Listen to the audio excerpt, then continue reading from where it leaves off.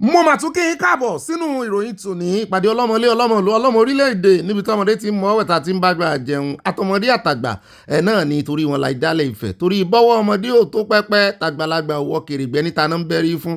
ààrẹ olódòdẹ ni wọ́n ń bẹ́rí fún nínú Abala Lerefe ibi tá a gbà yọjú rèé o níbi tá a ti gbọ́ pé ààrẹ olódòdẹ tún ti pọ̀n lé ìrìn àjò pé wọ́n lọ sí Europe. ǹjẹ́ ibo ni location tán lọ ní Europe gangan wọ́n ní kò kàn wá wọ́n ní ó bá àṣírí dé mo ní ó dáa ṣùgbọ́n láìpẹ́ yìí la tún gbọ́ tán sọ wípé ìjọba àpapọ̀ náà wọ́n ń yiri ẹ̀ wò wọ́n ń gbé yẹ̀ ojú tẹ ẹ̀mọ̀ náà ní gbogbo wọn wípé nínú ọ̀rọ̀ tí Gumi sọ lánàá tó dárúkọ àwọn orílẹ̀-èdè kan pé sáwọn ò ní gbìyànjú kàn án bá orílẹ̀-èdè Turkey sọ̀rọ̀ mo ní kàn bá orílẹ̀-èdè Síkìn náà sọ̀rọ̀ ẹ̀rọ̀ ń bọ̀rọ̀ bó egun aláré kán sáàmọ́ fọwọ́ ara wọn fa sọ lọ bẹ́ẹ̀ náà ni àwọn èèyàn kẹnu gbogbo mímí orí táwọn èèyàn ti panu pọ̀ kẹnu wò báyìí rí àmúbọ̀ wà fún yín náà àpéjọpọ̀ ròyìn ẹ jẹ́ àsúnwájú torí sunsun láyé gbà. ǹjẹ́ rántí ìròyìn kan tá a mú wá fún yín jẹta lórí àwọn dry Democratic Republic of kìnnìkan Yorùbá tán ni wọ́n rí ìdènà dé wọ́n rí ṣe ìwọ́de kékeré kan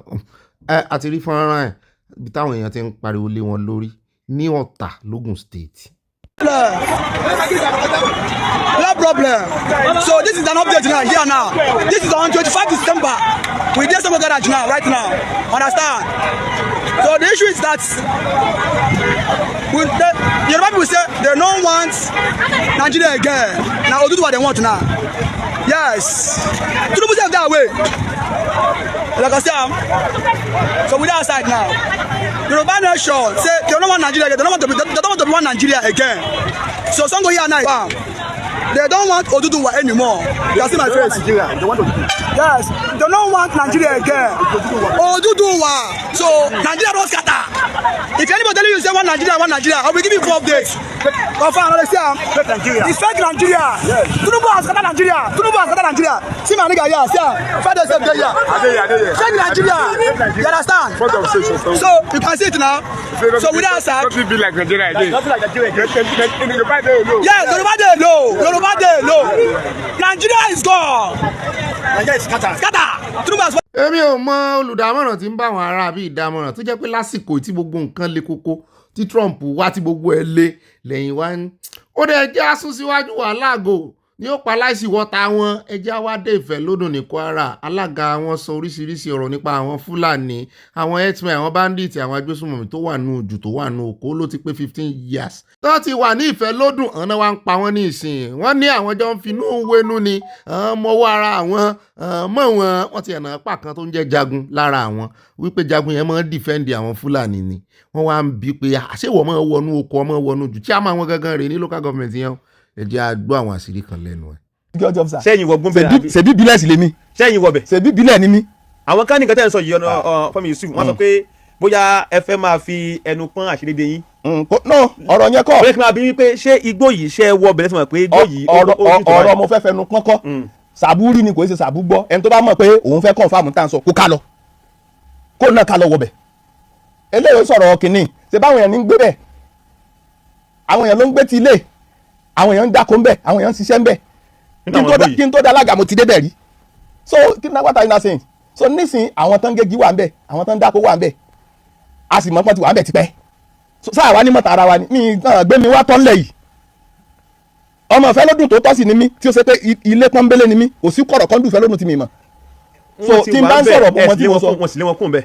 now ọ̀rọ̀ lé wọn kúrò ń bẹ̀ kọ́ ni tó wà nílẹ̀ yìí ọ̀rọ̀ tó ń ṣẹlẹ̀ ni pé láti bí 15 years ago tán ti wà wọ́n ń yà sí Yorùbá àwọn wo ni. wọ́n ṣẹ̀ṣẹ̀ bẹ̀rẹ̀ iṣẹ́ ibi wọn tán ṣe àwọn tán ṣe ibi tá à ń sọ yìí wọ́n ṣẹ̀ bẹ̀rẹ̀ o wọ́n ẹ̀dá sára ìlú wọ́n ẹ̀dá sí Yorùbá àwọn ara wọn náà ni wọ́n ń bára wọn fà á àwọn ara wọn ni wọ́n attack àwọn ara wọn náà ń gba mọ́lú wọn àwọn ara wọn ni so àwọn náà ti ń rún mọ́ra tipẹ́ sọ ma pé gbogbo àwọn tá a jọ ń gbé yìí náà kọ́ la ẹni sí aburú àwọn kan wà tó ṣe pé àjọ ṣe kékeré àjọ dàgbà tán ti wà ń bẹ̀ for years ni tá a sì mọ̀ wọ́n tán ti dára wa àwọn yìí náà ń lé kiri tó bá rántí nígbà tó di bí tí mo wọlé tó tọ́sẹ̀ kan náà pa ọkùnrin kan nílùú wa tó ń jẹ́ jagun yìí ikú rẹ̀ ló jẹ́ kí n mọ̀ pé àsáwọn tó ń ṣiṣẹ́ fún gangan nìyẹn òun ló ń defend gbogbo àwọn Fúlàní.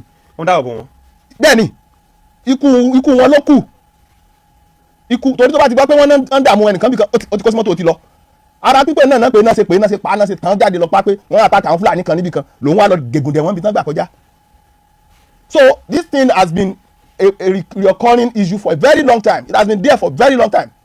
Tí wọ́n sì mọ̀, tí ìjọba àwọn tán wà bẹ́ẹ̀ tẹ́lẹ̀ sì mọ̀.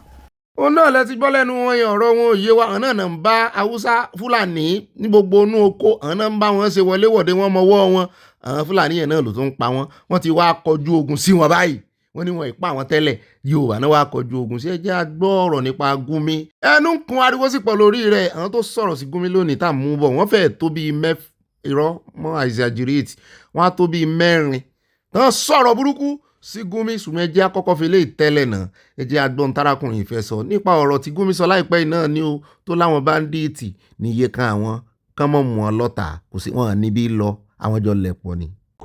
So today, the Nigerian government help America to come and bomb terrorist targets in Nigeria. Yeah, they smell. Our thoughts and prayers are with all APC supporters because it's not easy to defend this kind of Oriburuku and to stand on this kind of Oshi mandate. Our thoughts and prayers are with you. Make una continue to deceive ourselves, Nigerian government. No wonder one former head of state say, once security lasts more than 48 hours, then the hand of government get inside. Until you have a government that is sincere to name and call out and bring to book sponsors of terrorism and financiers of terrorism, we have a long way to go. So no matter the help where America won't help any country, you can only help that country to the extent where the country is ready to help itself. Nigerian government, who is Sheikh Gumi and waiting is about insecurity and how to end insecurity. According to report, now former military officer and his son is also a serving military officer.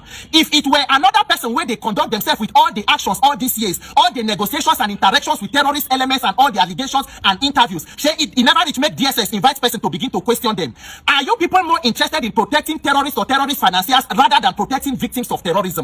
One of the most ridiculous interviews I don't even watch or listen to from the Sheikh Gumi, according to Punch, the report say Sheikh Gumi said no nation should allow its land to be a theater of war and no nation should allow its neighbors to be their enemies. If Nigeria wants military assistance, China, Turkey and Pakistan can do the job effectively.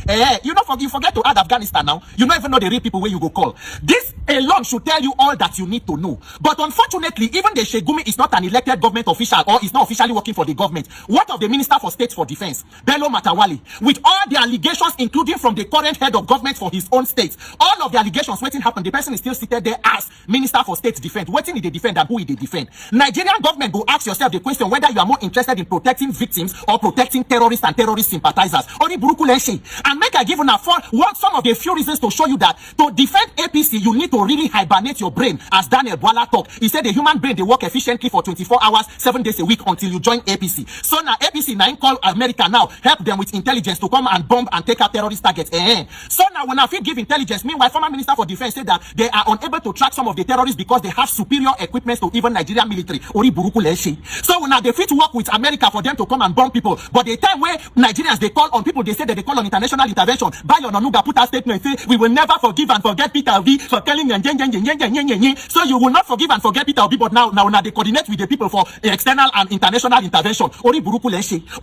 Nigerian government. And then again, so when I not say now when I give US intelligence to come and bomb terrorist targets in northwest Nigeria, so you have now agreed say when I've been they lie and deceive Nigerians saying a banditry day for northwest, it is bandits for years when they call them bandits. The statement of the US president been very clear. He said they took out and they targeted ISIS terrorists. So you people were rather plain and deceiving Nigerians saying na bandits, na this, they just they operate for northwest. Meanwhile, it is a strong terrorist organization like ISIS terrorists, according to the statement of the US president. So you don't confirm say there are ISIS terrorist groups that have been operating in the northwest. Nigerian government. Until you come out straight and get a government that is sincere to weed out terrorists and not cover up terrorist sympathizers, everybody in a potential victim, the whole country is in trouble. Look at what we call government for Nigeria. Just look at what we call leadership for Nigeria. To collect tax, you need France. To fight insecurity, you need America. So which one when as government when I get expertise to do on your own? If not to engage in embezzlement, corruption, crime, and criminality, when I be overall best, that's why you go be first position and first runner up. You don't need international support. The same international support when they abuse citizens for calling on intervention. You do 360 turn around, say we coordinated, we gave them intelligence to do Oriburuku intelligence. People say Oriburuku intelligence. Intelligence when I use add on our own firepower to go to Benin Republic. You could not add your own manpower to your intelligence to take out terrorist targets. You needed to wait for another country. Nigerians, this one what would they do? The more you look, the less you see. Now express with this. So to get a government that will put value on human life, protect innocent civilians and citizens, you must get government that is not only competent and capable, but government will get sincerity of purpose to handle problems from the root cause and not chase shadows. This one way they do now washing and setting. Nigerian government, if you you mean well to end insecurity. As America or any other country, they help you, help yourself. Name and bring to book sponsors and financiers of terrorism, both in government and out of government. Ask yourself the question, are you more interested in protecting sympathizers and sponsors of terrorism rather than the victims of terrorism? It is a shame on you and you are amongst government most miserable if you can fail so hopelessly in the primary responsibility of government to protect human life. My name is Peter for Nigeria. May Nigerians receive the courage and wisdom to liberate ourselves from this affliction we call a government. ọ̀rọ̀ ńlá ni Pétérù sọ o ẹ wo orí burúkú lẹ̀ ń ṣe Nigeria government èmi rò pé company ló ń bá wí ẹ jẹ́ adé Katsina ara orí burúkú tó ń ṣe náà rè ibi tó ti lé ìkànnù àwọn ní ó defect sí APC lára àwọn ọmọlẹ́gbìmọ̀ asòfin wọ́n wá dúró de kó wálé wọ́n na ségè sí lára.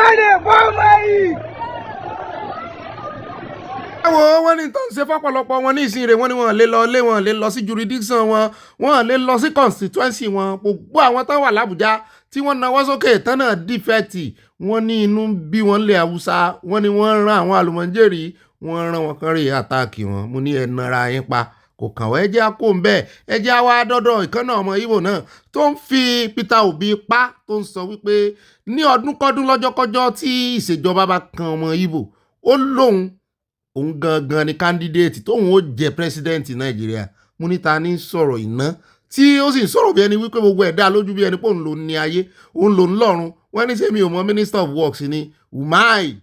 Put your votes together. Don't allow any non-entity to jump out. It's in a laboring party. It's in a turn umbrella party. Don't deceive you again. Ask all of us. The one I need again. What have we done for our people? So it's no longer about personal interest. It should be collective interest.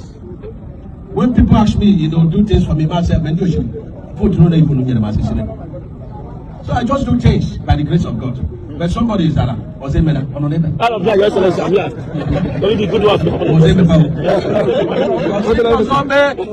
When we exclude that community completely. Yes, sir. Then no good na support to the middle uniform. Ó náà lẹ́gbọ́n yẹn o bọ́n ṣe ń jẹra wọn lẹ́sẹ̀ nìyẹn wọ́n pọ̀ ńlá dípọ̀ náà bó o bá rè ra páàtì mọ́tò lọ́wọ́ wọ́n mú ọwọ́ ṣọ́ọ̀bù mi wọ́n jẹra wọn lẹ́sẹ̀ jù wọ́n ṣe kedú kan di síra wọn mọ́ o kò sí ti ń jẹ́ ọ̀dẹ̀ mà ó dẹ̀ já kó bẹ́ẹ̀ já dé ọ̀dọ̀ àwọn ìyè kan wọn tó súnmọ́ wọn àwọn ará Port Harcourt àwọn ará orí omi ní Rivers mọ́tò tẹ́ ń wò yìí mọ́tò tuntun ni ó ń jọ bí ẹni wípé Hyundai ni mò ń wò yìí àbí Toyota wọ́n ní àwọn ìgbìmọ̀ kan láàrin àwọn ọmọlẹ́gbìmọ̀ asòfin ní Rivers wọ́n náà pa owó pọ̀ tán rà fún Wike wá ń dúpẹ́ òní Wike ní mọ́tò tó pẹ́ tó ń lo limousine só ní ìdí mọ́tò yín báyìí. àti pé brand tẹ́ rè rà fún yìí ó kéré nu gbogbo brand làwọn èèyàn bá kẹ́nu bò wọ́n wípé ìyà ń jẹ aráàlú wá kan ṣe kan ṣe ètò tó dáa meanwhile wọ́n ṣẹ̀ṣẹ̀ fún Fubara ní 24 hours ni o wípé tí ò bá ti wá submit bọ́jẹ̀tì fún 2026 pé yóò ríran wò àwọn fojú ẹ̀ hàn mọ̀ bò wọ́n lẹ́ẹ̀jọ́ wà nú ẹgbẹ́ kan náà ni kò sí tẹ́ fi ṣe Fubara náà ti lẹ́nu ẹ jẹ́ àwọn ṣe present mọ́tò fún Wike torí wọ́n ní àwọn ṣẹ̀ṣẹ̀ bẹ̀rẹ̀ ni o wọ́n ní lọ́dún tí ń bọ̀ àwọn ó ṣèjú báyìí lọ bóyá jet náà rà fún yóò ṣojú wa ní owó yín Nàìjíríà. That we brought a little token to mark this Christmas for the year 2025 so that by 2026 again Your Excellency, now that you have started it, you won't stop. Your Excellency, please. Now that you have come like this, by 2026, we'll be waiting for you. And hopefully, our wives will save more money to buy a better gift. Is that what you will say, I should say? So, Your Excellency, very respectfully, very humbly, on behalf of members, on behalf of our wives and spouses, on behalf of our children, we present to you keys to a Toyota 2025 Camry car. Thank you, sir. Your Excellency. Excellency, we know you have plenty already. Just add this one to the one you already have from your children. Thank you, Excellency. Thank you, sir.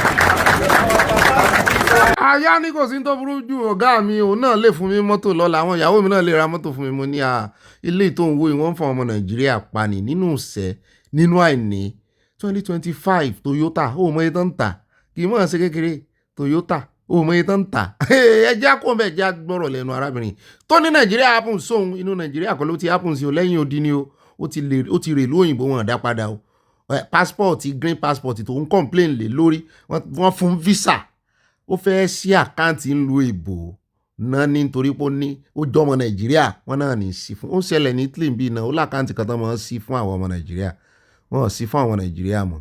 Security number. So I was like, what else there? They say passport and just your social security number. Oh my God. So, okay, so before then, there's this my friend. She's a Ghanaian and one other friend of mine where I get. I tell her say I don't go there around because it was my off day. So she gonna ask me where I go. I tell her say I go bank. I want to go open an account. She's a Jamaican, so she said okay, she want to join me. That she would like to open an account too. 3 of us can't go to the bank. When we reach there, they submitted our passports. They open account for the 3 of them, the Ghanaian lady and the Jamaican lady, except me. Why? Because I'm a Nigerian. They said they are not opening account for Nigerians. I said, God, which kind of thing be this? Then I felt so bad. Then because I needed the account. But you compare me pass, we say when would they go? The Jamaican lady were like, you know, Nigerians, they have been known as a bad people. They have been known as a bad people in all over the world. As in, I don't understand. I say, Nigerian people, you are insulting me because I'm a Nigerian. You are making me feel more bad. I can't go back to where I work. Then I explain everything to my manager. My manager said, okay, I shouldn't worry. Come place a call, do some certain things. So they now sent a letter from our headquarters. I don't know, in fact. And I know they work for a small place.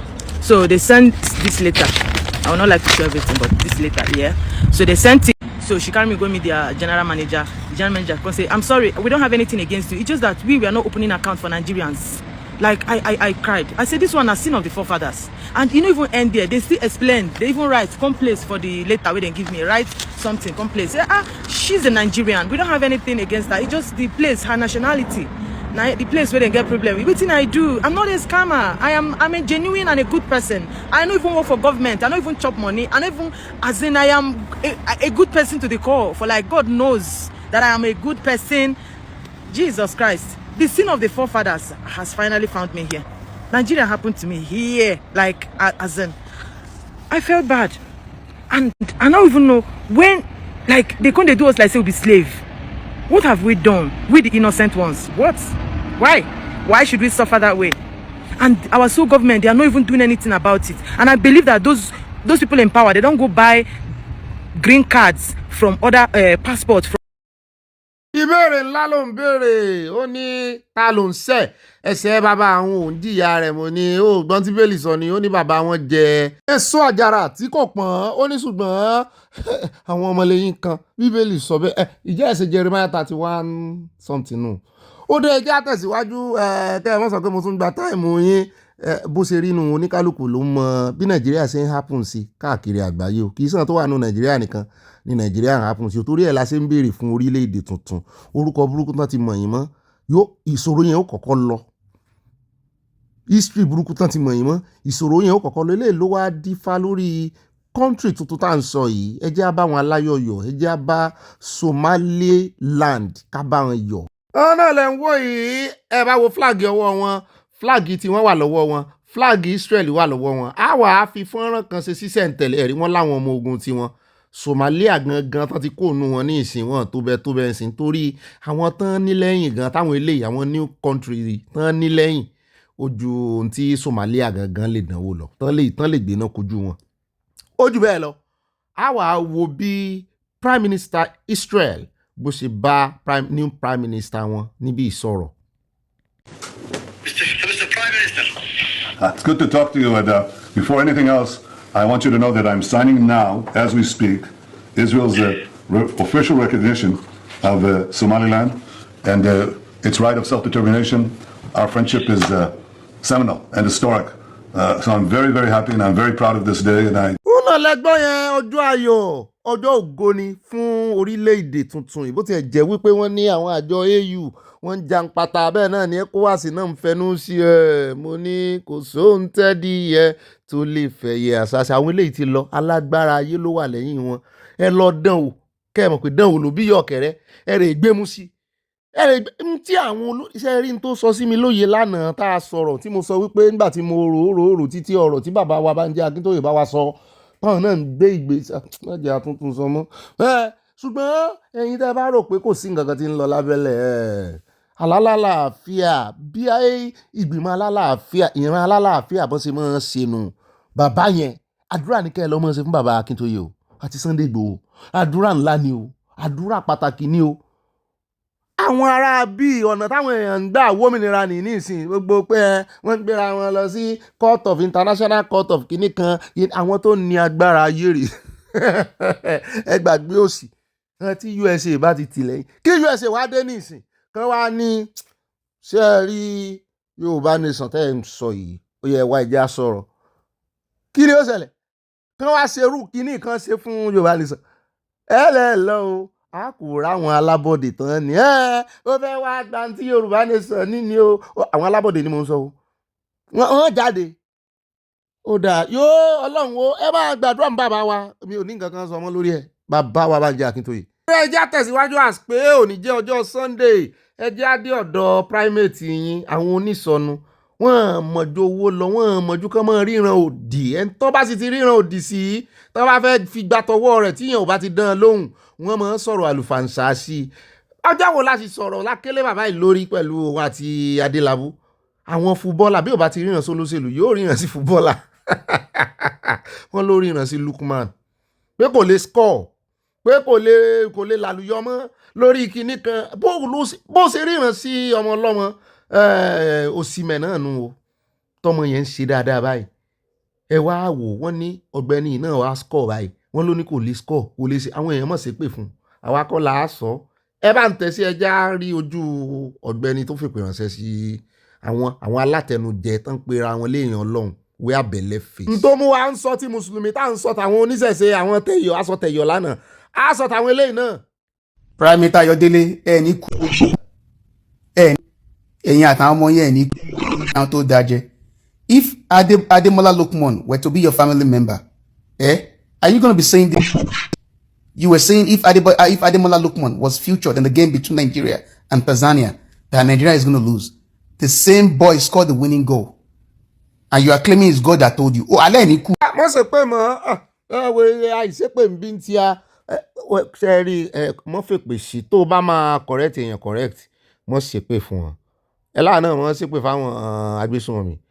Apààyàn làwọn yẹn apààyàn nìyẹn kò sí nǹkan ìpè kékeré lè pè nù tó yẹ kán ṣe fún wọn ṣùgbọ́n ẹ mọ̀jà ṣépè fún wọn mọ́ ẹ sòótọ́ ọ̀rọ̀ fún wọn irọ́ wọn tán pa ẹ̀fí síta gbàǹgbẹ́já tí wọ́n á bòdì sọ́dọ̀ Ọ̀kàfọ̀ náà níbi tó náà ti ń rawọ́ ẹ̀bẹ̀ sí arábìnrin tó fẹ́ bàkàrí àbí wọ́n jọ fẹ́ bàkàrí ara wọn jẹ́ ni ó ti rawọ́ ẹ̀bẹ̀ ó ti bẹ Doris o pé kó mọ bínú ń ta gbàǹgbà wọ́n ti ẹ̀ lò kúnlẹ̀ ẹ̀jẹ̀ àjọ wò. The lady called Doris Ogala. Mistakes have been made in the past,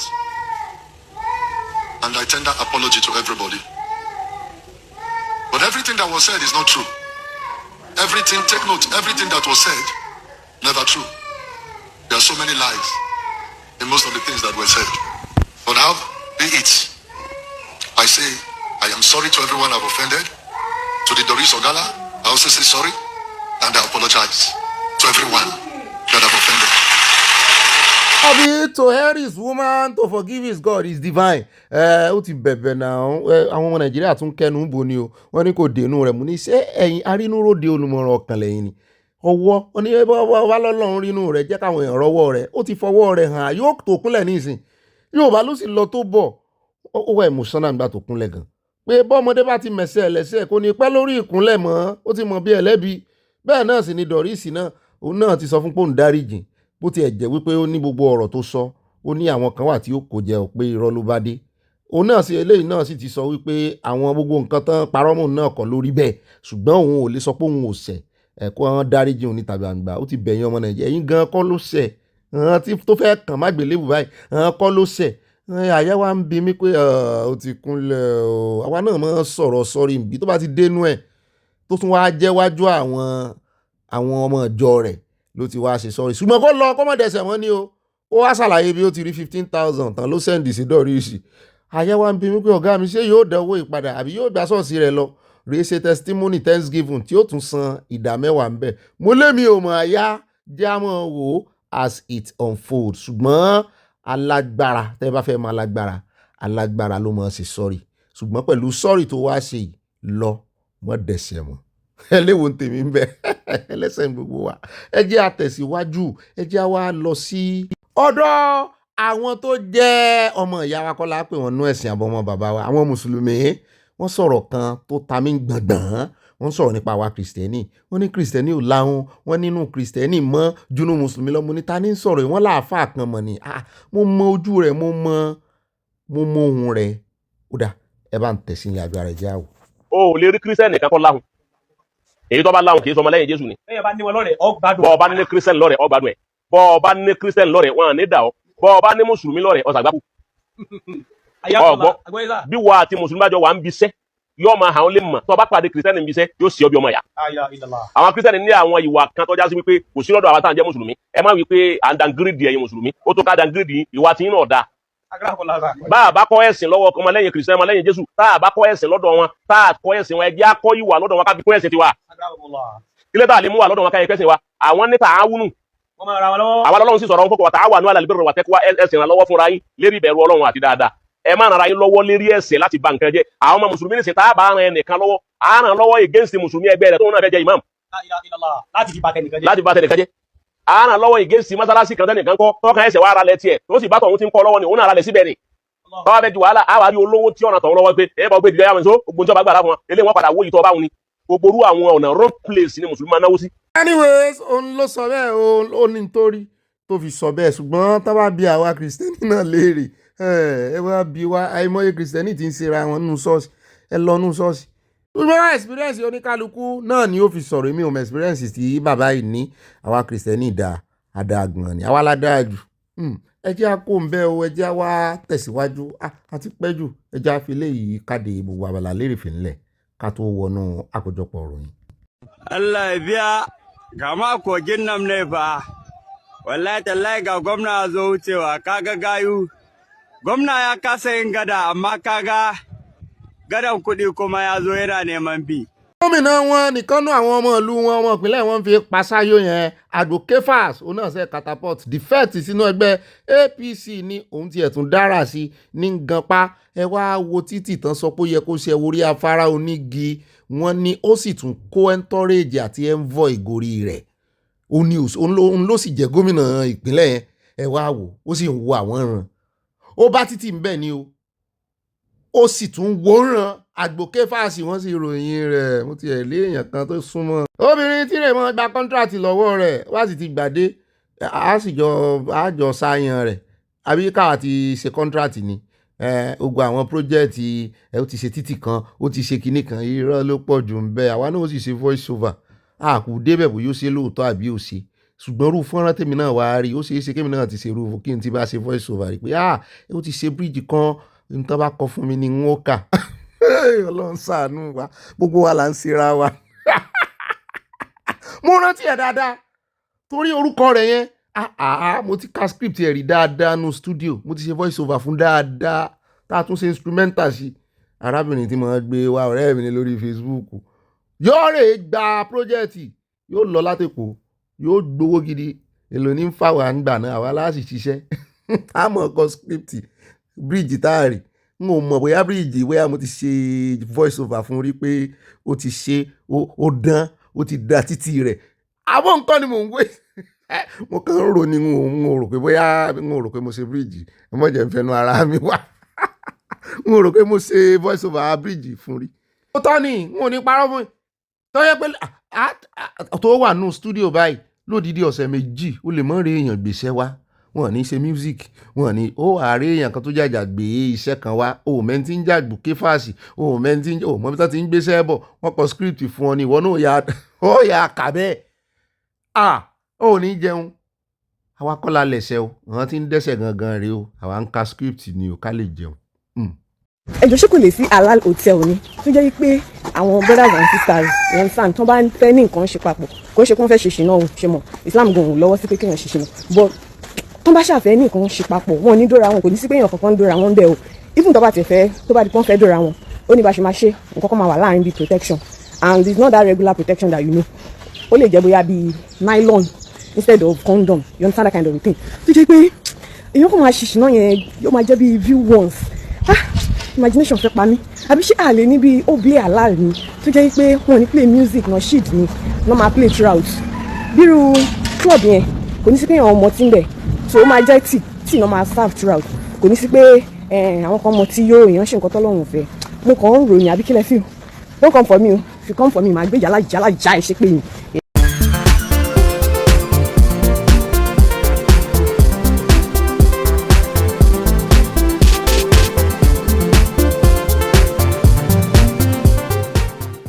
ẹ̀mí àwọn wòlíì agbára rẹ̀ ga ó pọ̀ o ẹ̀mí àwọn wòlíì ipá rẹ̀ ga ó pọ̀ o tóró ohun gbogbo lẹ lè ṣe gbogbo ogun lẹ lè ṣẹ́ àṣetì kò sí lọ́rọ̀ rẹ̀ agbára rẹ̀ ga ó pọ̀ o ṣe ti múra ẹ fẹ́ wọnú ẹ̀mí àwọn wòlíì ipá rẹ̀ ga ó pọ̀ o ẹ̀mí àwọn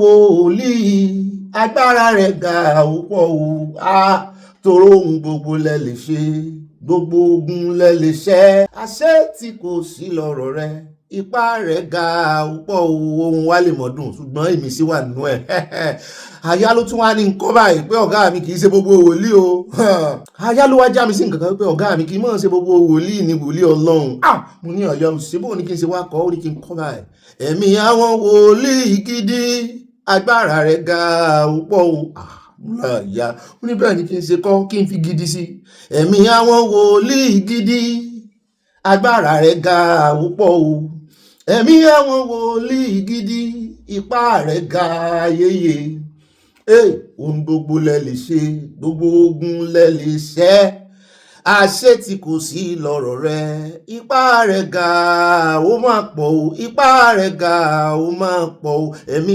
oníkàfíṣe ìsọjí ẹ̀mí àwọn wòlíì agbára rẹ̀ ga mọ́ mi sáláòdè lẹ́mọ́ wọ náà ní bẹ́ẹ̀ mọ́ mi mú rún ẹ̀mí àwọn wòlíì alájà gan ti wọnú ẹ̀mí lọ alájà Súlọ́mọ́ ẹ̀mí àwọn wòlíì agbára rẹ̀ ga ó pọ̀ o ẹ̀mí àwọn wòlíì ipá rẹ̀ ga ó pọ̀ o torí ohun gbogbo lẹ lè ṣe gbogbo ogun lẹ lè ṣẹ́ àṣẹ tí kò sí lọ́rọ̀ rẹ̀ ipá rẹ̀ ga ó pọ̀ o àṣẹ tí kò sí lọ́rọ̀ rẹ̀ ipá rẹ̀ ga ó pọ̀ o àṣẹ tí kò sí lọ́rọ̀ rẹ̀ ipá rẹ̀ ga ó pọ̀ o àṣẹ tí kò sí lọ́rọ̀ rẹ̀ ipá rẹ̀ ga ó pọ̀ o adúpẹ́ lọ́wọ́ ọlọ́run ló ní gbogbo ọlá gbogbo òyìn gbogbo ilé ìta fi ń ṣeré kì í mọ̀ ṣeré ìsọjí láti rọra ṣeun àwa tá a mọ̀ pé dá lórí ìkànnì tẹ́lẹ̀ báwọn kan bá ń ṣe ìsọjí aláyọ̀ òde olóyin mọ̀ọ́mọ́ tó ń lo 3 days crusade 7 days tó sì ń béèrè tán àti ìrìgbà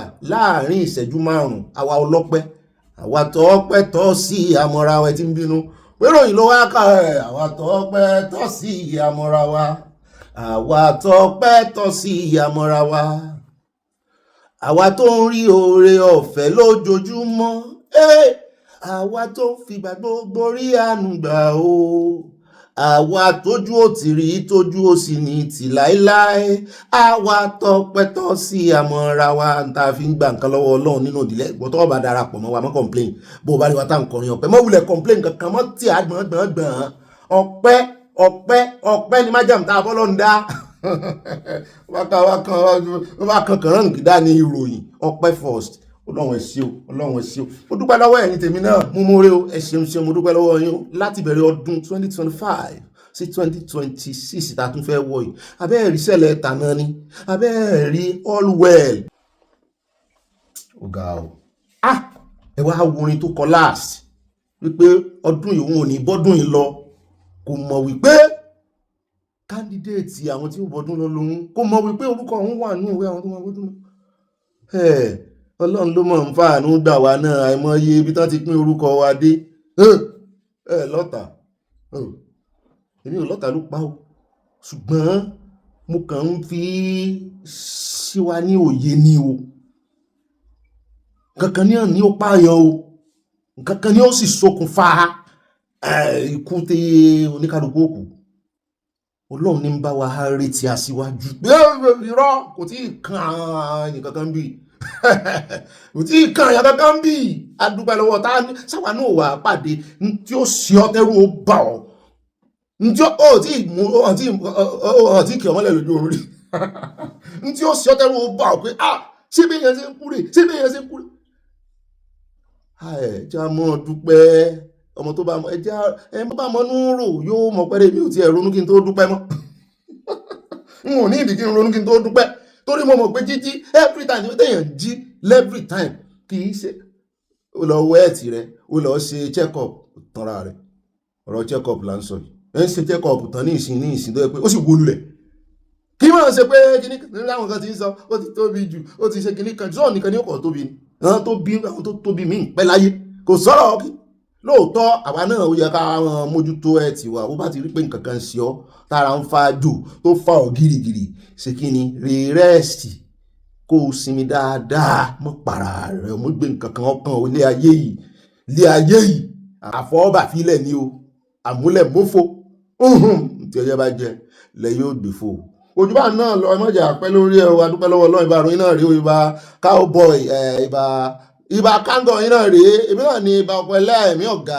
ìbá rìn gínìgínì tí kú míyàn tí kú yorùn gínìgínì ìbá àyàpè ìbá àfi pàkà èmi náà ni ìbá sàn láàrin ajé ní múni pẹ̀kọ̀rọ̀ bó o bá ti kófìrí pé èèyàn kan ò rìn sàn pẹ̀lú rẹ̀ ìwọ náà mọ̀ ṣe mistake rìn sàn pẹ̀lú rẹ̀ o tiẹ̀ èmi náà ni mò ń jẹ́ ìbá gbé wọn débẹ̀ ìbá yọ̀ mí kún èmi náà ni mò ń jẹ́ ìbá àlẹ́jẹ́lì ìbá rìpọ̀tẹ́lì gbogbo tẹ́ ẹ bá gbọ́ lórí ìkànnì kí ni o rìpọ̀tẹ́lì ànálẹ́jẹ́lì ní àwọn ọ̀tẹ́nu àbùkù báyà kankan o bẹ́ẹ̀ náà lẹ́lẹ̀ pé ní ìwà parada níbi táwa ti ń parada àti nídọ̀gárí ọ̀gárí parada ní dáyà náà bala comment section abẹ́lẹ̀ yìí olólùfẹ́ wa èmi náà ni mò ń jẹ́ ìbọ̀ pàkà ọkọ̀ àwọn òpèké ọkọ̀ àwọn sweet 16 ìbà kéde fún Yorùbá nation káfàtà dúpẹ́ lọ́wọ́ náà ó dá alákọ̀ọ́kọ́ náà abala àkórí ìròyìn gbogbo eléyìí tẹ́ bá pàdé náà Abala Lerefe ayójúlójú fèrèsé ni o ẹ̀ẹ́rì takò lánàá àwọn èèyàn sì ń béèrè wọn ló kó àwọn bandits dà mo ní ìwọ náà béèrè location lọ́wọ́ USA ibi tán ju àdó lóró sí lọ́jọ́ síta rí kì í ṣe gbogbo eléyìí tán náà ń sá kiri o eléyìí tán ju àdó lórí ibi tí ó dún gbàm lójú kámẹ́rà ẹ̀ béèrè àbí eléyìí tá a mú wá fún yín lánàá táwọn ọmọ ológun Nàìjíríà náà pa tó ń dún takò béèrè location lọ́wọ́ wọn kó rè kámẹ́rà rẹ̀ wà fún àmọ́ dúró díọ̀ yóò yẹ kò ní yẹ ẹ̀lẹ́ ó dá alákọ̀ọ́kọ́ nu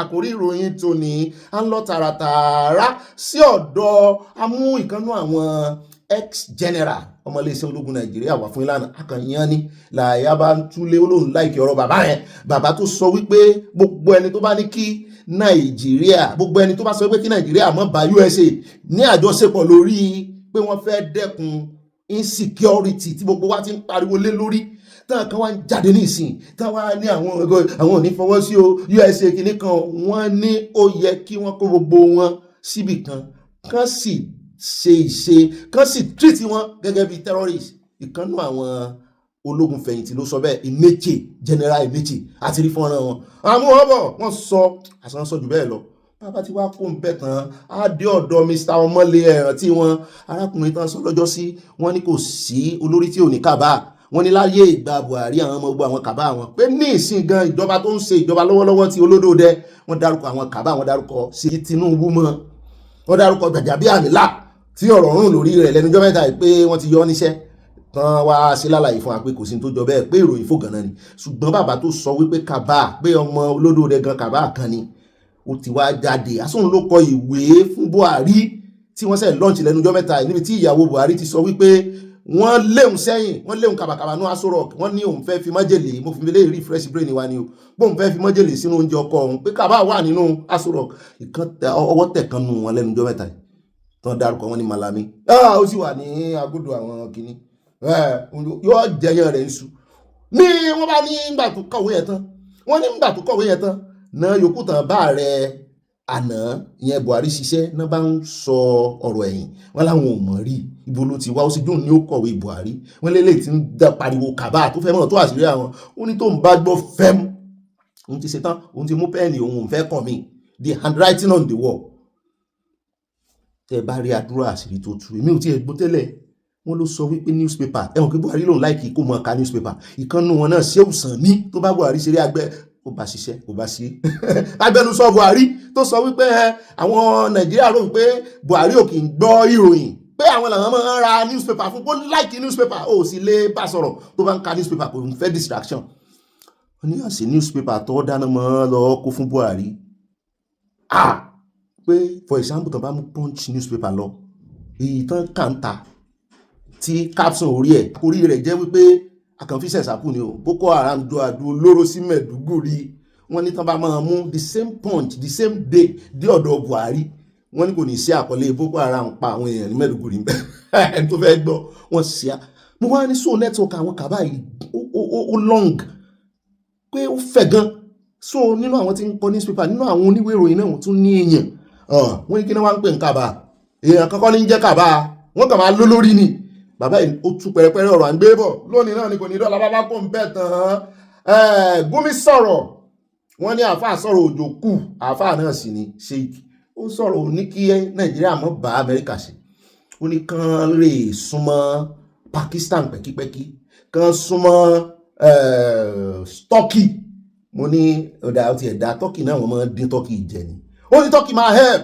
China náà máa help àyíbá ṣe jí bá ìròyìn láàárọ̀ ìtí Nàìjíríà ti gba ìkan nínú àwọn advice rẹ̀ tán láwọn ń wòye pé kàn bá Turkey ṣe mo ní rárá Turkey nìkan kọ́ ló yẹ kẹ́ ẹ bá ṣe ó yẹ kẹ́ ẹ bá chicken náà ṣe chicken DJ chicken ó yẹ kẹ́ ẹ bá chicken náà ṣe kí ni gbogbo eléyìí wọ́n bá USA ṣe kán mọ́ ṣe kí ni Gumi kan ṣe jẹ́ nínú gbogbo kìíní à ń bọ̀ ń bẹ́ o ìjọba náà fẹ́ bá Turkey ṣe o àáfin lẹ́kùnrẹ́rẹ́ ìròyìn báyìí o bẹ́ẹ̀ náà ni àwọn èèyàn fún Gumi ní gas boost tó pọ̀ á fi ṣe ṣiṣẹ́ tẹ̀lé bí ẹni wípé wọ́n mọ̀ plan ẹni àwọn Haúsá ọ̀rọ̀ wọn ló wá pọ̀ jù lórí ẹ̀ à ń bọ̀ ń bẹ́ lónìí náà ni kò ní dọ́là bá ti wá kó ń bẹ̀ tán àyà lọ́dọ̀ ọ̀bọ̀dà Ṣèyí Mákindé mo gbọ́ pé wọ́n ti dá Fáyọ̀ṣe lóhùn àbí wàá tún ṣe jí bá ìkànnú àwọn exhibit lẹ́yìn tí Fáyọ̀ṣe sọ̀rọ̀ lánàá wípé ó wá ń dàbí ẹni pé ìkànnú àwọn òjíṣẹ́ àwọn sàbẹ̀ Ṣèyí Mákindé dàpọ̀ dá lóhùn wípé ibo ló ti rí 50 billion bóò ní 50 billion ṣe jẹ́ ìgbà wo ní Ṣèyí Mákindé gba 50 billion kó mẹ́rin jáde wọ́n níbi inú bá bí Fáyọ̀ṣe ló bá mú ẹ̀rí ìjáde lèmi náà bá rí sákúláì wọ́n mọ̀ stamp ẹ̀ lóòótọ́ déètì mọ̀ wà lórí rẹ̀ Federal Ministry of Finance wọ́n mọ̀ rìlíìsì owó àbọ̀ bẹ́ẹ̀ o àmì ti ń parọ́ nínú gbogbo wọn ojú ó tì wọ́n kèlèbé ó sì wọ̀ bá ti wá kó ń bẹ̀ tán á wà yà nínú ìròyìn tí ọmọ tẹ̀lé á wà fún lọ́dẹ̀tì lórí àdó olóró tí Amẹ́ríkà jù gbogbo tó jẹ mọ́ wọ́n ní àwọn kan tí wọ́n ń ké gbàjarè síjọba báyìí pé àwọn tí ń kófìrí àwọn bandits yìí o àwọn tó ṣẹ́kù nù wọn o wọ́n náà ti ń wọ Benue wọ́n ti ń wọ Plateau wá o bẹ́ẹ̀ náà ni ìkànnú àwọn local government tí wọ́n ti jọ àdó olóró lánàá wọ́n ní ìkànnú àwọn high chief wọ́n bẹ̀sẹ̀ rí kí wọ́n lòun náà sọ wípé òun rí wọn tán sá lọ pé torí the fear of America ibẹ̀ náà látún ti wá gbọ́ wọn ní Bauchi wọ́n náà rí aeroplane tí ń kọ́ná mọ̀nàmọ̀nà lóru ni wọ́n fi ń move wọ́n ní wọ́n ń ṣe wọ́n lójú ọ̀run ló wà lèrú wá ń bá wọn pé irú foreign aeroplane wọlé lè mú ní ṣe bí Amẹ́ríkà ti sọ fún yín pé àwọn ò ní jogun omi wọ́n ti bẹ̀rẹ̀ intelligence gathering nínú mọ̀ nǹkan kan ebe yìí lẹ́ bèrè fún ẹ̀yin lẹ ní ó ṣe wá jẹ́ Sókótó ibi tá a ti ń sọ yẹn náà lọ́wọ́ nìkan nú àwọn tó fẹ́ já wa sí ọ̀rọ̀ náà bá ganu sí máìkì wọ́n ní ẹ̀mọ́dàn lóhùn wọ́n ní Sókótó yẹn gangan wọ́n ní Amẹ́ríkà ní ibẹ̀ ní headquarter jihadism wọ́n jihadism wọ́n níbẹ̀ lẹ́kọ̀ọ́ta wọn wọ́n ní wọ́n fẹ́ kọ́kọ́ pàrokò wọ́n lè tẹ̀rí yẹn sample ni wọ́n ló tiẹ̀ ti dáa wọ́n ní ẹ fi wọ́n lẹ̀ kàn máa jọ propaganda kiri kàn máa sọ pé èèyàn òkú wọ́n náà mọ ibi tí ó ti bà wọ́n náà ni wọ́n wọ bàtà tán mọ ibi tí bàtà ti ń ta wọ́n lẹ́sẹ̀ wọ́n ní wọ́n kàn ń sojú ayé ni kán lè mọ ròyìn pé nǹkan kan ò ṣẹlẹ̀ wọ́n ló bá kó ṣe wájẹ́ the same time àṣàrí ìròkúbọ̀ jáde Gumi jáde gbogbo wọn jáde wípé àwọn òrókò àwọn bandits àwọn òrókò ẹ wọnú gbó lọ kẹ́ lọ wá òkú wọn bẹ̀ ẹ̀rí pé ẹ dín lẹ́nujọ́ mẹ́ta yìí pé Amẹ́ríkà sì ti ní àwọn ò ní gbọ́ àwọn ò ní gbà ṣùgbọ́n àwọn Nàìjíríà kan wá ń pariwo lé ìjọba lórí pé owó tún ní ti Turkey tẹ̀tún rè ẹ fi Turkey ilẹ̀ mo gbọ́ tí padà jíde òtítọ́jú náà sọ wípé ó dáa wọ́n lè bá Pakistan sí mo ní bó àìgbọ́n yìí iṣẹ́ tó ti pẹ́ tẹ́tí travel ní tẹ́tí kó Nàìjíríà ìròyìn àtijọ́ lẹ̀ ń gbé ṣebí wọ́n ra kinní lọ́wọ́ Pakistan lọ́jọ́ sí Pakistan rọ̀wùlẹ̀ ń bá fa kinní gan-an jihadis jù wọ́n bá tiẹ̀ wà ń sọ̀rọ̀ power ní àgbáyé Pakistan wà nù Nàìjíríà ló fi rẹ̀ wọlé adìyẹ funfun tí ò mọ́ra rẹ̀ lágbà Nàìjíríà ló fi rẹ̀ wọlé ta ni Pakistan wájú ibi tí kárí Nàìjíríà dúró dédé à ń bọ̀ mbẹ́ gbogbo tó jọ mọ́ àtọmọ àbòkítà wọn gbé wá tí wọ́n sọ sẹ́ẹ̀sì sí wọn yẹn à ń gbé gbogbo wọn bọ̀ lónìí náà ni kò ní dọ́là bá ti wá kó ń bẹ́ àti gbọ́ wọn náà ti resume surveillance ní Sambisa surveillance bàbá tí wọ́n pọ̀ ń bẹ̀ tán á fi eléyìí kún náà o lórí ọ̀rọ̀ ti insecurity náà ni Adékọ̀yà ló sọ bẹ́ẹ̀ wọ́n ní Nigeria security issue not big enough for America to step in pé gbogbo àwọn tẹ́ ní àwọn tó ń sọ pé complicated ó wà complex ó yàtọ̀ multifaceted multikini kan wọ́n ní Nigerian problem is not big enough pé America mọ́ wọ́n ṣe máa step gbogbo ẹ̀ down pé ẹ mọ̀ wò eruku lala wọn á level everywhere fún àwọn ará bíi ṣùgbọ́n wọn á ní kẹ́yìn èèyàn náà mọ́ gbàbọ̀dé o àárín ìlú náà fẹ́ máa sáwọ̀ ní ìsinyìí o wọ́n fẹ́ fi ṣe gorilla war kán máa fi àwọn innocent àwọn aláìlẹ́sìn àwọn citizen kán máa fi wọ́n bojú bí eléyìí tán ṣe ní Gaza bí èyí ni kẹ́ sọ́ra yẹn mọ́ gbàbọ̀dé if you see you say à ń bọ̀ ń bẹ̀ lónìí náà ni kò ní dọ́là ilé táwa fi káàdì gbogbo àkórí ìròyìn lẹ̀ òun náà ni àwa àdé ọ̀dọ̀ ẹni tó jẹ́ chairman ní Airpeace ìyẹn Allen Oyema wọ́n tàbùkù rẹ̀ bẹ́ẹ̀ náà ni àwọn agent ìjọba kan náà wọ́n sọ̀rọ̀ sí gbogbo wọn pé wọ́n fẹ́ bà dirty December jẹ́ àti wípé wọ́n ti gbówó lé transport fare jù wọ́n ti gbówó lé ọkọ̀ òfurufú jù wọ́n sì mọ̀ pé àwọn ọmọ Nàìjíríà ní ìsìn ẹ̀rù àti máa gbé mọ́tò káàkiri àbí máa wọ bọ́ọ̀sì káàkiri ń bà wọ́n ẹ wá rí ìgbówólé ẹ̀ ń gbé east ní iye tó gara báyìí ó lé òlò náà gbé east ó láwọn òfowólé ó lóyàn lẹ́nu báwọn yẹn ṣe ń sọ̀rọ̀ pé just 150k làwọn gbé ó ní 150k ní fẹ́ àwọn ti start níbo síbo 150k ibo kìlómítà mélòó à ń bọ̀ ń bẹ́ẹ̀ ó lóun fẹ́ ṣe àlàyé fún ara àwọn ó dá àní rí jù báyìí lọ́nu gbogbo àwọn abala àkórí ìròyìn àfẹ́ lójú bá a bá dénú àkójọpọ̀ ìròyìn èmi tí ẹ fẹ́ gbọ́ ọ̀rọ̀ tí bọ̀dà sí Mákindé fẹ́ fi dá Wike lóhùn ó dá ẹjá wa tẹ̀síwájú ẹjá ya fọ́tò wa ẹjá máa mú àdúrà wa ń bà á dá o fọ́tò tá a fẹ́ ya ìbá ṣe máa gbà ládùúrà ni o wọn ní lo fọ́tò wa fún ìbànújẹ́ o ó kan lára mo ṣe sí fìlà wọn ní lò fún RIP o láṣẹ ọlọ́ọ̀dún wa ó ní ìtumọ̀ gan o ó yẹ wẹ́yẹ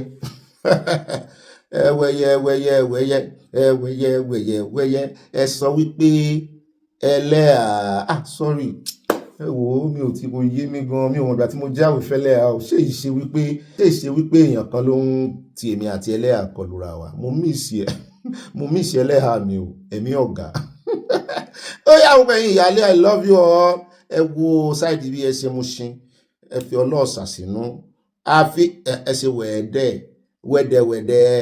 àfi pàkà dúpẹ́ lọ́wọ́ Ọlọ́run orí òfẹ́ la rí gbà àánú ni o mo ru ọ̀rọ̀ arábìnrin tó dolóògbé lánàá báyìí mo rù títí mo ní ó dá wa lákọ̀ọ́kọ́ nù àkórí ìròyìn tòní ẹjá sáré kámójú ẹjá káà náà bá wọn dé ibi tí wọ́n ní àwọn ọlọ́pàá àti àwọn army intelligence wọ́n ní wọ́n ti kóra jọpọ̀ lọ sí ibi tí wọ́n ti ju àdó olóró tí wọ́n ní àwọn àgbẹ̀ ti wá rí àwọn àdó olóró kan ni wọ́n ní àwọn àgbẹ̀ kan àdó olóró tó wọnú ilẹ̀ wọ́n láwọn àgbẹ̀ kan tún fi kíní fà kò sí fà wọ́n wá lọ wá ràkúnmí wọn kẹ́tẹ́kẹ́tẹ́ wọn tán máa ń lò tán máa fi ṣiṣẹ́ oko wọ́n wá sokùn sí lẹ́yìn wọ́n wá súnmọ́ kíní bọ́ǹbù yẹn wọ́n ń fà mo ní wọ́n wọ lọ́n bó la ṣe kan àwọn ará bí ìbá ìta ló gòjù nú àwọn àtẹranko wọn rí nǹkan bẹ́yẹn tó dàbí ẹ̀ wá ń fà mọ́sẹ́ tí ń ṣe ni wọ́n bá wá kú lọ rẹpẹtẹpẹtẹ tí kíní yẹn explode at that time wọn alamẹ́ríkà ló pa wọn alẹ́ Amẹ́ríkà pa láìṣẹ̀ ibi tí mo ti wá rí orí ọ̀fẹ́ àtàánú tí Ọlọ́run tí mo ti mọ̀ pọ̀ Ọlọ́run lọ́wọ́ sí ìrìn àjò Amẹ́ríkà sí Nàìjíríà ni torí gbogbo ọ̀nà náà wá láti discredit ìgbésí Amẹ́ríkà inú wọn ìbá dùn ká ní àwọn kìíní yẹn pa àwọn aláìṣẹ̀ àwọn aráàlú inú wọn ìbá ti dùn jù ṣùgbọ́n mo mọ̀ wípé gbogbo àṣìṣe tó bá wà ń di kìíní náà táwọn kan ò fi explode bóyá Amẹ́ríkà sì mọ̀ọ́mọ̀ ni bóyá kàn fẹ́ fi ṣe sample ni torí arẹ́lẹ̀ tó explode sórí ibi tán ní ẹ̀kọ́ tàwọn ará bí wọ́n sì sọ wípé kan náà àwọn local government yẹn à ń bọ̀ ń bẹ̀ nù ròyìn Gaza àbí nǹkan kan náà pé kì í ṣe ti jábọ̀ wọ́n ní ẹni tó jẹ́ local government head ibẹ̀ sọ wípé ọwọ́ dùn àwọn ará bí lóòótọ́ ẹ bá ń tẹ̀sí ẹjá wo báwọn ọlọ́pàá ṣe rèé àwọn anti bombing kìíní wọ́n ṣe rèé dóòlà gbogbo àwọn kìíní ẹ̀kọ́ ń bẹ̀ kó má explode máwọn èèyàn. Residents narrate their experiences while confirming that there is no casualty from the strike. Sense that, alhamdulillah, there was no loss of life and no loss of property for the meantime. But the only fear I have is we that are farming around this place that this thing happened. The tendency of the fertility of our land is now at stake, considering the fact that this thing that fell is being made with some chemicals and other things that can destroy farmlands and can destroy the fertility of it. We were just thinking maybe it's a plane crash. So when we come, we cannot say the actual what is happening. We'll just see some just things like a bomb. We'll just hear very sounds, boom, and we just come. Then the fire explodes. Is there any loss of No, we thank God. We thank Almighty Allah. There is no loss of lives, no loss of properties, and we say thank God. Information of the blast in Tangaza are sketchy, but sources around the local government say the attack was intense and believe casualty may have been recorded. lack of access to the location has hindered information generation. While the federal government and the defense headquarters have confirmed a pre-knowledge of the strike, not much has been said by the state government. All about our two words used in that particular statement by US President Donald Trump: powerful and deadly. And so lots of people are asking, well, did it hit its impact? And well, were terrorists taken out? Well, we can confirm that, yes, that did happen. Now, the first place that you did see, or perhaps from the reports that you just played, well, that's actually in Jambo in Tambowal. And from what we are gathering, well, we hear it was not the primary target. Now, the primary target is in Tangasa, and I can confirm to you that Tangasa is a very active point.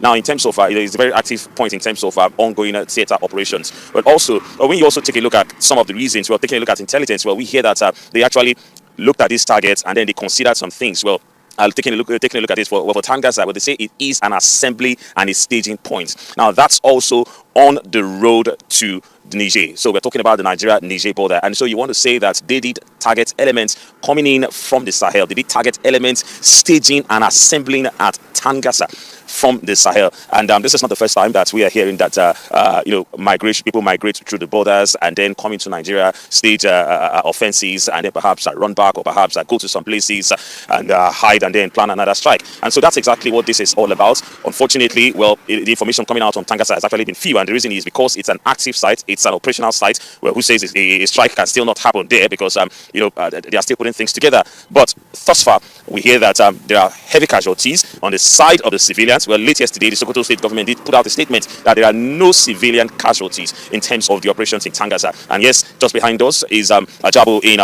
Tambawa local government, where we've actually spoken to the actors there, the residents there, even the community leaders, who are all happy with the situation in terms of the fact that there is some kind of security presence. But then some of them are worried in terms of we hope there wouldn't be any casualties. But for now, we can confirm to you that indeed there are no civilian casualties. Okay, Ferdinand, talk us through what you're hearing locally on whether these airstrikes will change the security dynamic, not only in Sokoto State, but adjoining states and in the region. Well, that's also very interesting, and that's because, 65 years of Nigeria, 65 years since our independence. Well, this is the first time that a foreign body is coming in and then conducting such an operation. And so for some persons, well, why we want to take a look at it and say, okay, well, it's good to see that we're getting some kind of cooperation and then coordination. Well, some persons are actually very worried because of the kind of impression that, well, this gives on the international community. Well, for all sense and purpose, you want to say Nigeria has been spoken about, but then it's not for the best of times. And that's because from this you begin to hear things like advisories are coming out, and then some persons saying, well, perhaps some places, and maybe Sokoto State is going to be one of those places where we're going to have stronger advisories against. However, the interesting thing is what the federal government has told us, the fact that they are aware. Well, we hear that there was communication 19 minutes before the attack and then 5 minutes after the attack to also take a look at, to also inform the Nigerian government and then also let them know that yes, this was going to happen, and of course that was done within the period in which that attack took place.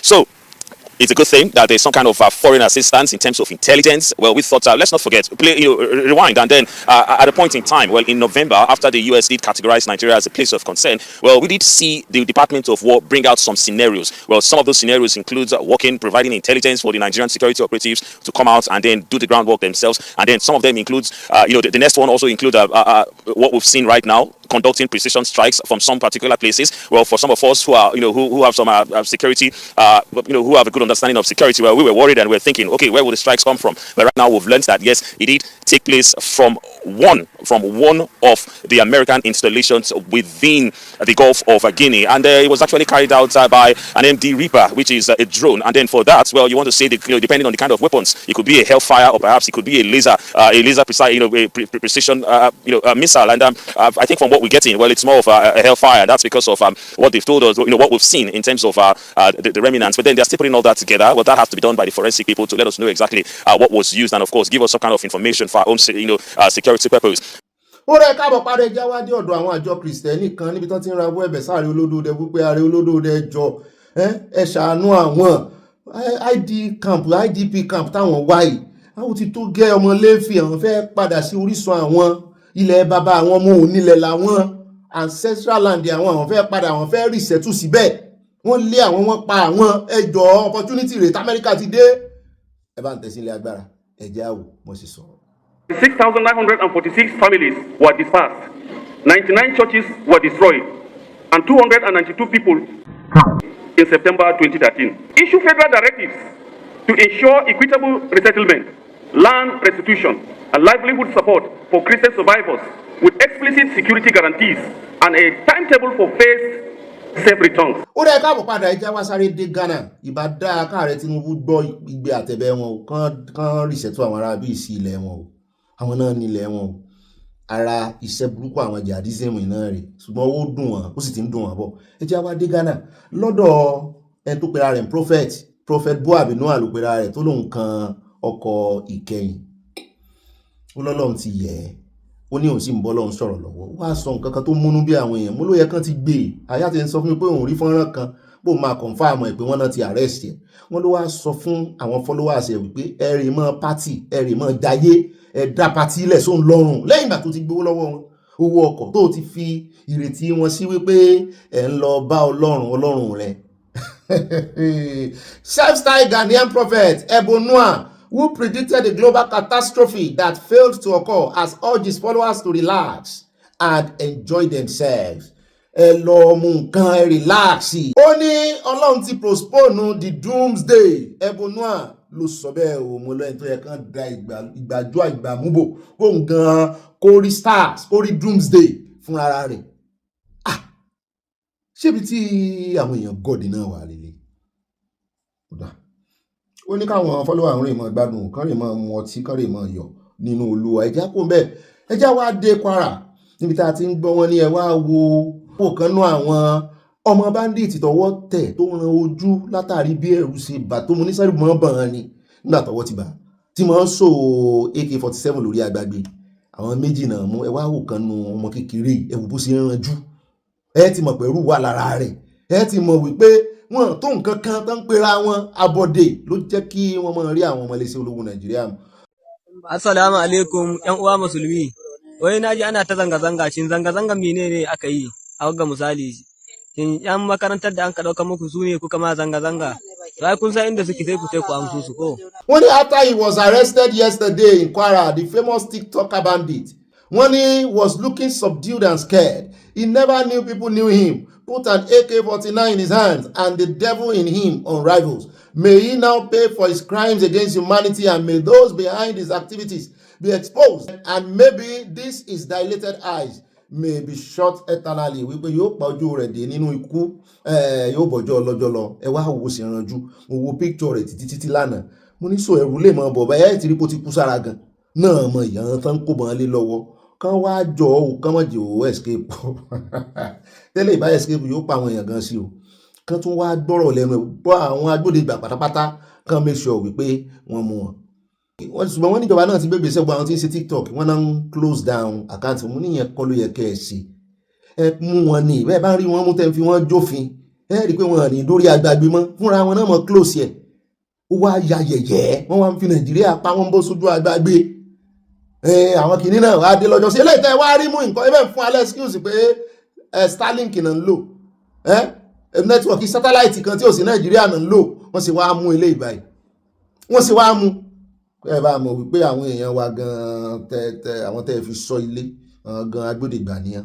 ní báyìí ẹjẹ́ wá dé Kwara fúnra rẹ̀ jádọ́dọ̀ gómìnà wọn Abdulrahman kan ni wọ́n porúkọ gómìnà wọn yẹn níbi tá a ti rò náà nú aṣọ kakí mo ní àṣà náà ti jọyìn ológun ni wọ́n ní àwọn forest guard wọ́n ní oníkálukú wọn náà ni wọ́n ti gbé ìgbésẹ̀ lórí ẹ̀ mo ní ìbáàrẹ̀ olódòdó ni ṣé bí state police náà fẹ́ ṣe pé àwọn ti bragado fún àwọn partner wọn bí America bí European Union àyà ní ọ̀gá mi kan ọ̀dà kan dúró pé ìrànṣẹ́ kan òdì kan lọ́wọ́ òjò lè máa rọ̀ pé kí oòrùn sì máa ràn pé ẹkùn ní bímọ mo ló dáa o ẹ jẹ́ a gbọ́ bí wọ́n ṣe kó àwọn èèyàn jọ èèyàn mélòó gan ni a gbọ́ pé wọ́n kó jọ náà ǹjẹ́ wọ́n mọ́wọ́ bí 700 báwọn tó sọ pé àwọn ti rẹ́dì pé kò ní sáàyè fún àwọn agbésùmọ̀mí mọ́ àwọn bandits ní Kwara mo ní ó dáa o àáwò bóyá ń play ní o àbẹ̀ serious irú ìbọn wọn náà kó fún wọn yìí sótó ìbọn tó tán lè fi kojú àwọn arábí ńgbà ó sì jẹ́ wípé àárí kẹ́ẹ̀gbà àwọn tó jẹ́ ti ilẹ̀ Yorùbá mọ́ra àbí abẹ́ ti rí àwọn kìíní ní Àmọ̀tẹ́kùn ní Kwara rí ni àwọn náà àti ẹ̀dúpẹ́ ilé yìí àní mọ́ gbọ́ wípé mìíye tí alànà kó bọ̀ lé lọ́mọ ìbọn tí mo sì ń wò lọ́wọ́ wọn yìí ó ju ti àwọn tàmọ̀tẹ́kùn lọ́wọ́ ó fẹ́ jọ AK-47 ẹ bá ń wò dáadáa o ẹ̀yin tẹ́ ẹ mọ̀ bọ́n àbẹ́ ẹ bá ń pe ajá olúwo ó mọ̀ bọ́n dáadáa Distinguished Forest Guards, you're embarking on a national assignment to protect our people from criminal elements in our forest and in the entire state. Working with gallant officers and personnel of the security forces, you are to go all out to flush out terrorists, restore sanity in our forests, and keep our communities safer than ever before. Once again, I commend the President and Commander-in-Chief of the Nigerian Armed Forces for this bold policy. According to these new trained forest guards will be deployed immediately to the beleaguered communities in the highlighted states, particularly around forested and ungoverned spaces. Aside from being first responders, they are expected to gather actionable human intelligence to support ongoing security operations and restore strategic presence where it has been long absent. We therefore thank His Excellency, the President, Federal Republic of Nigeria, Ahmed Bola Tinubu, GCFR, for establishing Nigerian Forest Guard. ẹgbọ́n òyìnbó tẹ́ gbọ́ lẹ́nu rẹ̀ yẹn sójọ́ tí yóò bá a ní Kwara òyìnbó rẹ̀ jọ tàwùsá o kílẹ̀ rògbé mò ń rò ó dà sáwọn ọlọ́pàá ó sá mọ̀ mójútó àbáwọn àmì mọ Yorùbá mélòó ló wà nù bí nísìnyí wọ lọ́n sọ àwọn ilé òtún ní gbàmọ̀dé báyìí. ìwá ṣe bí nìkan o káàkiri gbogbo ilẹ̀ Haúsá oúnjẹ bẹ́ẹ̀ ni pé forest guard yẹn òun gangan náà mú lọ́kùnkúndùn. ó rẹ̀ jẹ́ asáré-dé Kánò náà wọ́n gba èrò rẹpẹtẹ wọ́n ra nǹkan ológun fún wọn wọ́n kó ìbọn lé wọn lọ́wọ́ ìbọn tí mo sì ń wò lọ́wọ́ gbogbo wọn yìí ó fẹ́ẹ̀ ju tàmọ̀tẹ́kùn lọ kí ló dénà tí àmọ̀tẹ́kùn ń fìdí ìwọlẹ̀ tán rí ìbọn gidi lò àwọn tó sì ṣẹ̀ dálẹ̀ ní ìsìn àwọn yẹn ń lò ìbọn gidi ṣé ìṣe lọ́ọ̀kan náà ló establish wọn ni. The security challenges to retaining our borderlands. Secondly, it provides dignity and purpose. With the graduation of about 2,000 of you,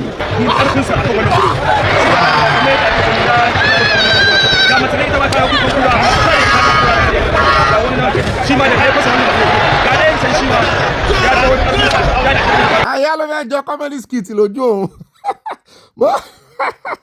mọ́ mi Mọ́tọ́láni Martins sí èrò ọkàn yín nù torí èmi àti yín mọ́ tẹlipọ́tì ẹlẹ́yà tí ń wù pé ta ló ń jẹ́ Mọ́tọ́láni Martins ó ọmọ nǹkan kan wọ́n fẹ́ yàwó lé ọ ó ní comedy skit náà ṣe. ẹ jẹ́ àkóhùn bẹ́ẹ̀ jàre ẹ jẹ́ àtẹ̀síwájú náà Abala Sanawole ẹ jẹ́ wá lọ sí Caliphate ní Sokoto níbi tá a ti gbọ́ wọn ní army chief ẹni tó jẹ́ ọ̀gá ológun orí ilẹ̀ COA chief of army staff wọ́n ló kọ̀wọ́ rìn lọ sí ọ̀dọ̀ Sultan after the US strike. wọ́n á wí kí ló tún lọ sí ń bẹ̀ kí ni gbogbo eléyìí lẹ́yìn ìgbà tí USA ju kí ni ìwọ àti tìkìní wọn ló ní fẹ́ bá àwọn tó jẹ́ religious leader ń bẹ̀ sọ̀rọ̀ fẹ́ collaborate pẹ̀lú wọn mo ní kí ló ń collaborate pẹ̀lú wọn fún fi wọ́n lẹ̀ kò sí tó kàn pẹ̀lú ìyún tó ṣe tún á lọ wọn náà tún fún láwọ́ọ̀dù kan wọ́n jẹ́ sí kíní mo ní ẹni tára ń kan lọ bá àwọn èèyàn sọ̀rọ̀ sí bàbá iná o ìyẹn ọ̀gá ológun ìpè kí ló lọ sí lọ́dọ̀ Sultan ẹni tọ́wọ́ sì máa dùn dáadáa mọ nǹkan kan gbọ́n wíníwíní gbogbo àwọn tó pariwo lé Ọ̀gbẹ́ni Gúnmi lórí àwọn ará rẹ̀ gangan náà pariwo lé lórí.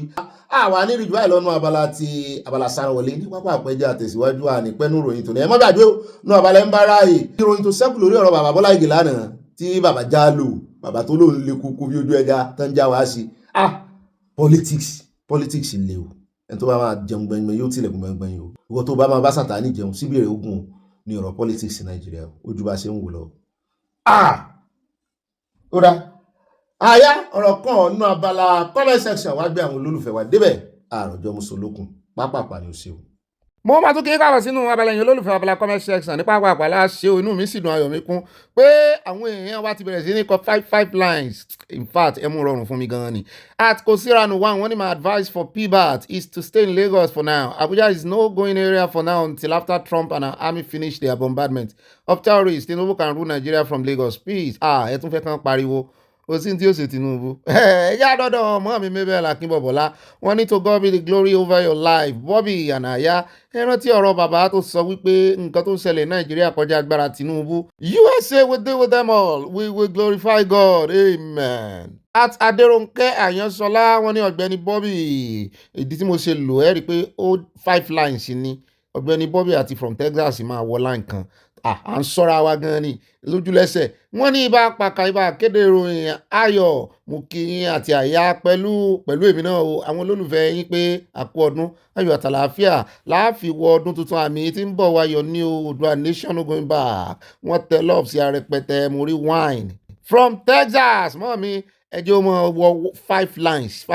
mọ́mí Tóyìn Adéoyè náà ẹjẹ́ ó wọ 5 lines lọ́la o 6 lines ni mò ń wò ìkíní yẹn lójú ó wọ 6 lines bẹ́ẹ̀ náà ni wọ́n ní Ọ̀gbẹ́ni Bobby tí a compliment of the season and a happy prosperous new year to you Aya and all your fans on these platforms as a family ọlọ́mọ ìlú ọlọ́mọ orílẹ̀-èdè Yorùbá tàtà bẹ́ẹ̀ ni family wa náà rè at Toyinori wọ́n ní tithe and offerings ti wọgbó $10,000 abẹ́ẹ̀rí bá ṣe rí inú o ṣùgbọ́n wọ́n bára wọn fa kéèsì lọ́wọ́ Doris àti Chris in fact wọ́n ti sọ fún Very Dark Man pé kó withdraw gbogbo ọ̀rọ̀ tí ń sọ kiri kó wọ́n yẹ pé ti Very Dark Man ni ó fi ṣẹlẹ́yà torí Very Dark Man lágídí kì í gbọ́ kì í gbà ní at Àbáyọ̀mí Orúfà ìbá mi ni ó bí ibà pakalistic paka mo rò wípé kò sí ẹni tó lè fẹ́ olórí ní not until when the kingi is late oúnjẹ bẹ́ẹ̀ ni pé wọ́n lè fẹ́ olórí o tán bá ti jáwé fúnra wọn olórí náà rìn ni òun náà rìn sí ní ọ̀rọ̀ ara rẹ̀ bẹ́ẹ̀ náà ni ẹja dọ́dọ̀ mọ́ mi dọ̀kásì jálò wọn ní ibà tíkù mi èmi náà tíkù àyà o àyà ta ni wọ́n tíkù wọ́n tẹ lọ́ọ̀fù sí a great ranka dédé àyà wa wọ́n tẹ lọ́ọ̀fù wọ́n fọwọ́ mọ́ra àyà wọ́n ṣe strength sọlọ́run ọlọ́run ò ní jẹ́ kágbára wa dínkù torí ọlọ́run lágbára wa. àtìmọ́ mi Stella Ògúnbàjò wọ́n ní Mushin ọlọ́ṣà ẹgbẹ́ gèlè àbòsí ọdún yìí kò yẹ o bẹ́ẹ̀ ni kò ní jáṣẹmọ fún wa gbogbo wa ní ìdílé aláyọ̀ yìí ní ìwòye àmọ̀dún ìdílé aláyọ̀ yìí á tún gbilẹ̀ jù báyìí lọ àṣẹ Èdùmàrè àmín ànínú ilé ìtọ́dún ikú àní bọ́dún ìlọ láṣẹ ọlọ́run Èdùmàrè bẹ́ẹ̀ náà ni mọ́ mi Toyinori wọ́n ní ẹ̀yọ ilé yìí ti ṣáyó àwọn boys yẹn nǹkan tí ò dáná ṣe lánàá yẹn o torí ẹ̀ la ṣe pariwo léyan lórí. at ìdẹ̀ra wọn ní brọ́dà mi Bobby kò sí kí ìjà má ṣẹlẹ̀ ní ọjọ́ ẹ̀yọ̀ èmi ti ń wo ẹ̀yọ̀ láti ìgbà tí mo ti wà ní ọmọ ọdún 6 ṣùgbọ́n ó ti yẹ kí irú èyí kó ẹsẹ̀ ńlẹ̀ láyé òde òní ẹ̀yọ̀ èso àwọn tẹ lọ́ọ̀fẹ́ ọlọ́run kó ètò yóò dáa fún ìtòrọ́ ọlọ́run ní tò àwọn gbìyànjú ni bẹ́ẹ̀ náà ni mọ́mí Dorcas wọ́n ní ẹ̀ka alẹ́ gbogbo ẹbí aláyọ̀ brọ́dà mi Ọ̀gbẹ́ni Bobby àtàyà wa àwọn tẹ lọ́ọ̀fù sí àwọn awẹ́kọ̀ọ́mù yín o àkú weekend happy weekend to all of us. bá mi Adétayọ̀ Adégẹ̀mú ti dọ́dọ̀ yín wọ́n ní òbí Olódùmarè yóò máa bá wa ṣe àmì mú kí gbogbo ìdílé aláyọ̀ yìí o ìdílé aláyọ̀ yìí kò ní bàjẹ́ láṣẹ Èdùmàrè wọ́n tẹ lọ́ọ̀fù sí àti nǹkan panu ìbùkún ní fún orílẹ̀-èdè Oòduà from Newark New Jersey USA. bá mi fọlọ́run sọ́ta nímọ̀ọ́lá kò sẹ́dá kan sẹ́ wọ́n ló lókìkí ènìyàn tí ọwọ́ rẹ̀ kún fún àìmọ́ obìnrin kò lè bá wọn gbé nítorí ohun ìkọ̀kọ̀ irú ẹ̀dá bẹ́ẹ̀ wọ́n bá ti bà ayé obìnrin jẹ́ tí wọ́n sọ di kòròfo wọ́n di igi dá ẹyẹ fò ìdájọ́ ń bẹ lọ́dọ̀ Ọlọ́run wọn tẹ lọ́ọ̀sì àti nǹkan panu ọ̀rọ̀ yìí nǹkan kì í ẹsẹ̀ ràgónú ọ̀rọ̀ yìí bẹ́ẹ̀ náà ni ẹja dọ́dọ̀ bá mi Òkènlá Adédọ̀tun ó ti pé 6 wọ́n ní olùkú mi bá mi mo fi lé ìdáríjì mo fi fàyín létí sọmọdé a máa fàgbàlagbà létí ó ti pé 6 o ẹ sì mọ̀ pé ẹ lè kọ́ bí ẹ̀mẹ́ta ẹ̀mẹ́rin ẹ mọ́jú pé 6 èsùn kírun yẹn ló jẹ́ pé 6 wọ́n ní olùkú mi Bobby ẹ bá sọ fún àwọn wèrè terrorist sympathizer yẹn wípé iná ìlàyé wa iná rajiona wípé lóòótọ́ ọ̀dọ̀ Ọlọ́run láti wá ṣùgbọ́n inú iná nínú ihò àkekèé olóró ni wọ́n máa padà sí àwọn eléré ibú àti èrè afẹ̀míṣòfò ẹ̀sìn kírun jàre ẹ wò ó mò ń dúró kámẹ́ríkà ju kejì ní tèmi.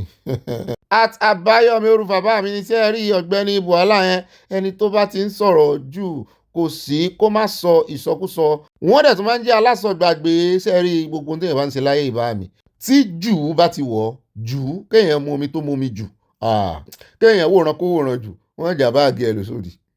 bẹ́ẹ̀ náà ni at Ajékẹ́mi Balógun mọ́ mi Chief Ajé Mokun wọ́n ní it is 15,000 in total mọ́ mi Toyinori wọn lójú 10,000 lọ he first sent 5,000 the previous night then 10,000 the next day lọ́wọ́ pastor ó ní pastor ti rí $15,000 àwọn táwọn ń lo ìbò ẹjọ́ ọlọ́dọ̀ tí ẹ̀yin tí Amẹ́ríkà ẹ̀yin tí UK ṣé bó ṣe easy náà nìyẹn mo mọ̀ ìmọ̀ iye tó wà ní àkáǹtì mi. mọ́ọ̀mí Olúfúnkẹ́ Fájimólú wọ́n ní bàbá Akíntóyè tún ti sọ̀rọ̀ lónìí wípé ká máa gbàdúrà kí iye Tinubu kó má sọ̀rọ̀ lòdì fún ìwé tí wọ́n gbé lọ sí UN wọ́n wá ní k'Olúwa pèsè owó láti rán àwọn aṣojú lọ sí ìlú 6 kan Putin ti wà lẹ́yìn Traoré. ẹlẹ́yà mi I miss you wọ́n ní ẹ̀ka alẹ́ ọkọ mi ẹni bí ọkàn mi adé fìlà àtàdé àti fìlà papọ̀ mi ẹ wá mú ìwé ìkọ̀sílẹ̀ yín lórí tábìlì o kì í ṣe tèmi rárá o níbo ni gbé oyún inú mi lọ ọ̀dọ̀ bàbá Emmanuel ojúde wọn ni ẹ gbé lọ bẹ́ẹ̀ bàbá wọn lé ẹ dúró lẹ́nu ọ̀nà. Ẹ̀yin màámi ìyálé mi ẹ gbà mí ẹ rà mí kalẹ̀. Bàámi Emmanuel ní fi bakery bread náà fi ń ṣàkóso àìbẹ̀ ní ẹ gbà lọ. Mọ́ọ̀mí Olúfúnkẹ́ Fájùmọ́lú eléyìí ní first message tó yá kọ́kọ́ kàkà tó ka PTO. Wọ́n ní Bobby Sowore àti Dòkúbọ̀ ò lọ sí ìrìn àjò nígbà tí Bandits ń pa ọmọ Nàìjíríà bẹ́ẹ̀ rí. Nísìnyí ni ẹnu wọn wá là bẹ́ẹ̀ ni ọba Ọ̀fà tó gba 3,000 Fúlàní sọ. Drone Sókótó wọlé lọ sí Ọ̀fà. Ṣéwájú ààfin rẹ̀ ló ti dúró. Bámi Adébẹ̀rọ̀ Kẹ́hìndé yọ yẹ kò ní yẹ ilẹ̀ ṣeun wo mo gbádùn tribute yẹn àná. Wọ́n ní ọ̀kan lọmọ Èkó alákẹ̀tẹ̀ pupa lábà ẹkùn ṣé mọ́ kí ẹ̀yọ nìyẹn ọ̀kan lọmọ Èkó alákẹ̀tẹ̀ pupa lábà ẹkùn. Bẹ́ẹ̀ náà ni àtìkánjú abẹ́ǹkó wọ́n ní Trump initially targeted the headquarters where they hatch plan and go out to carry out the operation, so they have been technically beheaded. Now we go for the scattered camp of terrorists. Wọ́n ti ń sá lọ. Àwọn èèyàn ò mọ̀ wípé ìjà yìí ìjà intelligence ni. Ìjà intelligence ni. Àwọ̀ bí tó máa sáwọ̀. Mọ́ọ̀mí tó iná rìn wọ́n ní Àsárí the bloated frog. Kínníwí ọ̀dẹ̀. Àsárí Dòkúbọ̀.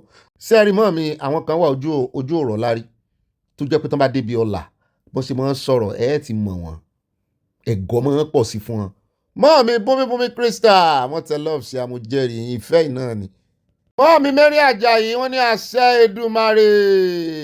Ó dá ẹja dọ́dọ̀ mọ́ọ̀mí Josephine Aláwìyé grandma wọ́n ní omi àtàyè ìjọ̀wọ́ ṣàkíyèsí ni o ṣé yìí kì í ṣe ọmọ kan ṣoṣo president nítorí náà ìkùnsínú ọba òwádé amendment needed. From London happy new year amen. Àtìkànjú abẹ́ǹkó wọ́n ní àdúpẹ́ o. This is what we need to be doing. Catch their satellite images and strike them. Period. Àwọn èèyàn tó ń wá òkú wọn kiri. Ẹ wo orú image satellite fídíò tá a fi hàn yín tó jẹ́ satellite ní bó ṣe bọ́ǹbù wọn. Ṣé èèyàn lè rí èèyàn sàmẹ́? Àti pé bá intelligence wọ́n jẹ́ ó yé wa. Wọ́n láwọn ibì kan wà tán máa ń kó nǹkan ogun sí. Wọ́n láwọn ọbẹ̀ yẹn gan-an sì ń target lọ́wọ́. Bẹ́ẹ̀ náà ni bá mi fọlọ́run sọ́ta ní mọ̀lá sí Amẹ́ríkà wà ní ìmọ̀ tán ṣe ni.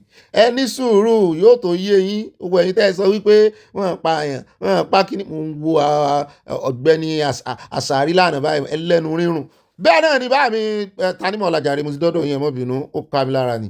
Wọ́n ní Bobby bẹ̀rẹ̀ pínpín Nàìjíríà ti bẹ̀rẹ̀ lágbára Ọlọ́run Odùduwà nation going back. President Trump tẹ̀síwájú lórí iṣẹ́ takuntakun ẹ bá wa pín Nàìjíríà bá mi pínpín Nàìjíríà ò kan àwa.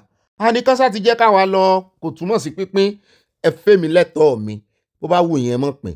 Ẹ̀wọ̀n kí báwa bá ń wá pínpín wọn wọ́n lè kọjú ìjà wọ́n lè àwọn òfin kan wà tí ò fààyè ká sọ wípé kan pín torí ẹ̀ ní àwọ̀ ò sì fẹ́ mọ́ lo language yẹn ń bí a sì fẹ́ lo language tí ó tún kó bá rìn àjò yìí gẹ́gẹ́ bí ọ̀rọ̀ bàbá wa Akíntóyè tán ní bàbá wa Sunday Igboho fọgbọ́n ṣe ni Ọlọ́run fún wọn ní ọgbọ́n ṣé wọn lágbára àti kojú ìjà sáwọn yẹn ni so ẹ jẹ́ káwa náà ọ̀rọ̀ pínpín yẹn ẹ jẹ́ ká gbìyànjú ká mú kó lórí ahọ́n wa ẹ ká kàn mọ́ bẹ Ọlọ́run pé mú wa kúrò nígbà tí àwọn ọmọ Israẹli ó kúrò ní Egypt ẹ jẹ́ ń fẹ́ lójú dáadáa ẹ ṣeun bá mi ọ̀rọ̀ yìí mo ti fẹ́ fẹ́ lójú nígbà tí àwọn ọmọ Israẹli kúrò ní Egypt dọ́là Egypt ò pín o Egypt sì ń jẹ́ Egypt o ṣùgbọ́n Israẹli ṣe kí ni wọ́n kúrò ń bẹ́ẹ̀ àwọn náà di orílẹ̀-èdè kò sí tó kàn wá pẹ̀lú pínpín yàtọ̀ àwọn mẹ́ta wọ́n ní nǹkan odidi wọ́n fẹ́ pín ṣùgbọ́n ok àwọn méjì yòókù láwọn ò pín táwọn ó dẹ̀ fẹ́mi ní tèmi ẹ̀jẹ̀ mọ́ ọ lọ pínpín kọ́ nìyẹn language pínpín yẹn wọ́n lè fi wá ẹ̀ṣẹ̀ sí alọ́run ẹ̀ńtán bá sì fẹ́ sun kì í fepo para bá mi yọ yẹyin kì í sì ṣe pélékeléke wa ò lè jà orúkọ là ń sá fún Adépọ̀jù Ọpẹ́yẹmí wọ́n ní Mr. Bobby Aláyọ̀ gbogbo wa ẹjọ́ yín ni swagger tiwa ò kò ní rẹ̀yàn mí o ẹjọ́ yìí náà ni mo tún ti dọ́gbọ́n rojọ́ ń bẹ̀ hàn nínú alálàyé yìí náà ni ìmọ̀ dùn mọ́ mi kí n máa ṣàlàyé ni bá mi Kẹ́hìndé Òsínì Sàlímọ̀ wọ́n ní ẹ̀ka alẹ́ ọmọ òwò olódò ọba nìyẹn ẹ̀ka alẹ́ sà bàbá mi ọbẹ̀ ní Bobby ẹ̀kú iṣẹ́ takuntakun sa ẹ̀mí yóò gùn ní agbára Ọlọ́run Elédùmarè àmì àti tẹ̀yìn náà o àti tí gbogbo àwa táwọn ń dílé aláyọ̀ yìí ìyẹn Elédùmarè ọba òkè bíi ti ara yín náà Yorùbá nation going back ẹ já lọ tààràtààrà sọ́dọ̀ mọ́ mi ò Yẹmí Sàláwọ̀ wọ́n ní mo kí ọbẹ̀ ní Bobby àkú ìsinmi ọdún yìí ẹ sọ fún ọmọbìnrin àlè pásítọ̀ kó máa ní ìfura ò torí àwọn pásítọ̀ tí ẹ rí yẹn wọ́n ti gbé èṣù mi àbí ẹ fẹ́ ni wọ́n gbé Sátánì mi torí wọ́n fi Sátánì tẹ́lẹ̀ ìpínlẹ̀ ilé ìjọsìn wọn ní o wọ́n tẹ̀ lọ́ọ̀sì à bẹ́ẹ̀ náà ni mọ́mí tó iná rí wọn ní mass spy lélẹ́yìí o correct kò tí ì tẹ́ àwọn tó ń wá òkú àwọn bandits kiri o ìbọn náà pa wọ́n sí ṣé lóòótọ́ ni ẹ wo eléyìí tí àwọn ológun Nàìjíríà fojú wọn rí lánàá tá a fi hàn yìí wọ́n mọ̀ sà wọ́n lẹ̀ ni ṣùgbọ́n oníròyìn mélòó ló wá fẹ́ lọ bẹ́ẹ̀ a sì rí wọn bí èèrà níyàn lóòótọ́ ṣùgbọ́n wọ́n ń kúlẹ̀ bí wọ́n ṣe ń bà wọ́n. ẹ jẹ́ àdọ́dọ̀ bá mi Ọlá Adéwálé ẹkú ọjọ́ mẹ́ta wọ́n ní ẹkú ojúmọ́ o ẹ̀yin ọmọ adarí oorun ìlú Nàìjíríà bá mi mo láìkí orúkọ tẹ́ pé wọ́n yìí. ṣé ẹ rí ní ti jíjà ìjàngbara sísọ òtítọ́ ọ̀rọ̀ àti gbígba ara wa kúrò lọ́wọ́ àwọn abaniláyéjẹ́ ọ̀fọ́n olóṣèlú wọ̀nyí. àkùkù ní dẹ́kun ṣe ni ìjà ìṣẹ̀ṣẹ̀ bẹ̀rẹ̀ lóní pẹrẹ o. bẹ́ẹ̀ náà ni àtìmáàmì wọn ní ibà àyàpè àyà believe it Fubara is likely a silent watcher. He probably learned from Aya the trick which gave him triumph over Wike. You have positively touched minds Aya Kundusi. mọ́ mi yọ yẹ wọ́n gbádùn yín ẹ mọ́ bá mi fẹ̀mí rìn. wọ́n tẹ̀síwájú wọn ní ibà àfipàkà is it true ẹlẹ́à withdraw it because ẹ ọ̀lẹ́lẹ̀ tó bá wọnú ẹ̀kọ́ kò tún jáde mọ́ o arẹwà tó bá wọ ìdílé aláyọ̀ àfi kó bá kọ kó bá bo lágbára bọ́bì wa Aya Kundusi pa mi ò gbé agbára mi ò ká ẹ̀mí àwọn wòlíì ìrànlọ́wọ́ ọ̀rọ̀ ẹlẹ́yà súnmi mo nídìí ẹ̀mí àwọn wòlíì bẹ́ẹ̀ náà ni mọ́àmí Abọ́láńlé Ògúndọ́là wọ́n ti bú sẹ́rin ọ̀rẹ́ dí wọ́n ní obì aláwàdà ẹ̀jẹ̀ kan máa wá ẹ̀ ń fi wọ́n pa wẹ̀dẹ̀wẹ̀dẹ̀ bẹ́ẹ̀ ni mọ́àmí ẹ̀gẹ́ tiẹ̀ olúwa ṣeun o love from Mama Dollar ẹ̀jẹ̀ àdọ́dọ̀ at Ọláwùmí Olúkọ̀yà wọ́n ní Merry Christmas to ìdílé aláyọ̀ wa yìí o from Minnesota USA mọ́àmí ẹ̀ mọ́ gbádùn bó o ní wẹ́dà yín mo rí nǹkan panu tẹ pákéjì ránṣẹ́ mọ́àmí Jẹ́mílà Àgbájé wọ́n ní wọ́n bí wọ́n dá ní Saudi Arabia kí wọ́n gbé àsíá Palestine sókè wọ́n bí wọ́n dá Saudi Arabia ò gba ìwà terrorist wọlé ẹ̀rí tán légúnmí dànù. mọ́àmí mòró mú bọ̀ ó yá ẹ̀já ọ̀sán wọ́n ní àtọ̀gbẹ́ni Bobby mi to tell my darlington olóṣìọ́s fellow mani àsáárí dókúbọ̀ olórí màálù ẹlẹ́nu kíkan Trump sì máa dé ọ̀dọ̀ tiẹ̀ náà lágbára Ọlọ́run ọmọ àlè mo bá yín fi játijàti sí ó rẹ̀ já lọ tààràtààrà sọ́dọ̀ mọ́àmí Comfort Adélẹ̀ wọ́n ní bó ṣe máa bẹ̀rẹ̀ nìyẹn o tó bá yá àwọn náà máa di Boko Haram sílẹ̀ Yorùbá God forbid torí ẹ̀ la ṣe ń pariwo léèyàn lórí. bẹ́ẹ̀ náà ni bá mi More Adéyẹmọ wọ́n ní òbí Abala Lerefe tí ẹ ti gbé sẹ́kítírì Uncle Bọ́lá Ìgè wá yẹn ó dùn mí púpọ̀ ìjọ̀wọ́ ẹ jẹ́ kí á gbọ́ ìtókù yẹn ní Abala Lerefe ìròyìn mìíràn olónìí náà ni á gbọ́ lónìí ṣe. bẹ́ẹ̀ náà ni àtidẹ́bi dáre wọ́n ní Ọ̀gbẹ́ni Bobby compliment of the season to you and your family. Glory be to God for America's intervention. They should not forget Kwara, Kogi and Southwest Forest. bẹ́ẹ̀ náà ni mọ́àmí Bridget Ògúntọ́nà wọ́n ní obì ànáyà mi àtàtà ṣé lóòótọ́ ni ẹlẹ́yà jáwé mọ́àmí ẹlẹ́yà ti jáwé àwọn ní ọpẹ́ o wọ́n bá ń fi kíwì kan lé fún high blood pressure ní o àmọ́ tún mọ GBI yẹn ọmọ mi at Amazing Grace wọ́n ní compliment to Ọ̀gbẹ́ni Bobby compliments to you too ma sir wọ́n ní a kì í lé èkúté ilé ẹni ká fi apáṣẹ nígbà tá a ti mọ ibi tí èkúté ilé ẹni rìn sí wọ́n ní ọwọ́ máa tó tẹgúnmí mama sójà àgbà from Canada bá mi Olúyọ̀mí Olúwọlé wọ́n ní my dear Bobby you are dearest to me bá mi this your festival has been hijacked by the hoodlums they need to checkmate those who are in charge Yorùbá Nation Ogóyìnbá Rotarian Olúwọlé Olúyọ̀mí Houston Texas wọ́n tẹ lọ́ọ̀ṣì àti nǹkan panu. At Dr. Peter Akínrínọlá wọ́n ní ẹ kú iṣẹ́ takuntakun Ọ̀gbẹ́ni Bobby bá mi Dr. Peter ẹ ṣeun. At Lateef Ore Onítọ̀lọ̀ wọ́n ní Ọ̀gbẹ́ni Bobby baálé alájà Ẹlẹ́à you know there is no database to show how many of those animal bandits were deleted but could Akara land somewhere without having an impact let them keep denying it propaganda ti ẹ wà lórí ọ̀rọ̀ wọn tẹ lọ́ọ̀sì àti nǹkan panu. At Ọmọ́táyọ̀ Akínúsí wọ́n ní òbí àti sọ fún yín pé ọ̀rọ̀ gbogbo kì í ṣe lórí alábàáwọn Aláàfin Ọ̀yọ́ aláìní ẹ̀mọ́jà ààbò irọ́ òyìn ò lè ń tó bẹ́ẹ̀ kò gbẹ́nu mi onídàrúdàpọ̀ mo sì lè mánéjì sọ̀rọ̀ ìgbéraga ní síwájú parun mo ò ní báyìí faláàfin sí ẹ̀yin lẹ́fi sí bàbá ó change ẹjẹ́ àdọ́dọ̀ mọ́àmí fún mi lọ́lá bàbá máa change ṣẹ́gbọ́n wọ́n ní ìròyìn tòní kún fọ́fọ́ ẹ kú iṣẹ́ takuntakun Ọ̀gbẹ́ni Bobby Olúwa máa bá wa ṣe àmì kudos fún yín wọ́n tẹ lọ́ọ̀sì àti nǹkan panu. bẹ́ẹ̀ náà ni at Queen Christiana Sheba mọ́ mi wọ́n ní Ọ̀gbẹ́ni Bobby ọba alálàyé amóríyá ẹ kú ìgbìyànjú o Ọlọ́run kò ní fi yín sílẹ̀ o ìdílé aláyọ̀ yìí a ó wọnú ọdún tuntun láyọ̀ àtàlàfíà àmì Oòduà nation going back Mama Sheba Minnesota USA wọ́n tẹ lọ́ọ̀sì àti nǹkan panu. Àtìkò síranu wa wọ́n ní òbí ẹkú iṣẹ́ takuntakun àsàrídòkúbọ̀ dump is going down he won't survive what is coming to him is not different from Gumi. Ṣé ẹ tiẹ̀ rí n tó mú tó rè é gba aláàjì yẹn kì í sojú lásán. Àti Yorùbá Nation Láfẹ́ TV wọ́n ní Ọ̀gbẹ́ni Bobby go straight to the point ìbá òfófó rẹ ti pọ̀jù ẹ̀ ṣe bá mi ṣòfófó fún wọn pé ọ̀la ni ọjọ́ ìbí mi o 29 December àwa gbádùn yín o Oòduà nation no going back wọ́n tẹ love sí a. ṣùgbọ́n ọ̀la ànálẹ́kọ́ mẹ́sẹ̀gì àbí òkè ènìyàn kọ́ ènìyàn ṣe ẹ̀kọ́ wọnú ẹ̀ ní ọ̀la ni kíní ìdẹ̀jà kìín lẹ̀ lónìí bẹ́ẹ̀ bá tún fi rán wa létí lénìí tẹ́ ẹ bá tún lè tẹ mẹ́sẹ̀gì lónìí kẹ́ ẹ rán wa létí lọ́la á tún kíín lọ́la náà kí là ń ṣe tá à ní kíín ẹ pẹ́ fún wa o mo mọ̀ bóbìnrin àbọ́kùnrin ló wà lẹ́yìn orúkọ yìí ṣùgbọ́n gbogbo ẹ̀dá tó wà lẹ́yìn orúkọ yìí àsọdúnmọ́dún ní ìsàwọ̀ àsọdúnmọ́dún ẹ mọ́ níhin.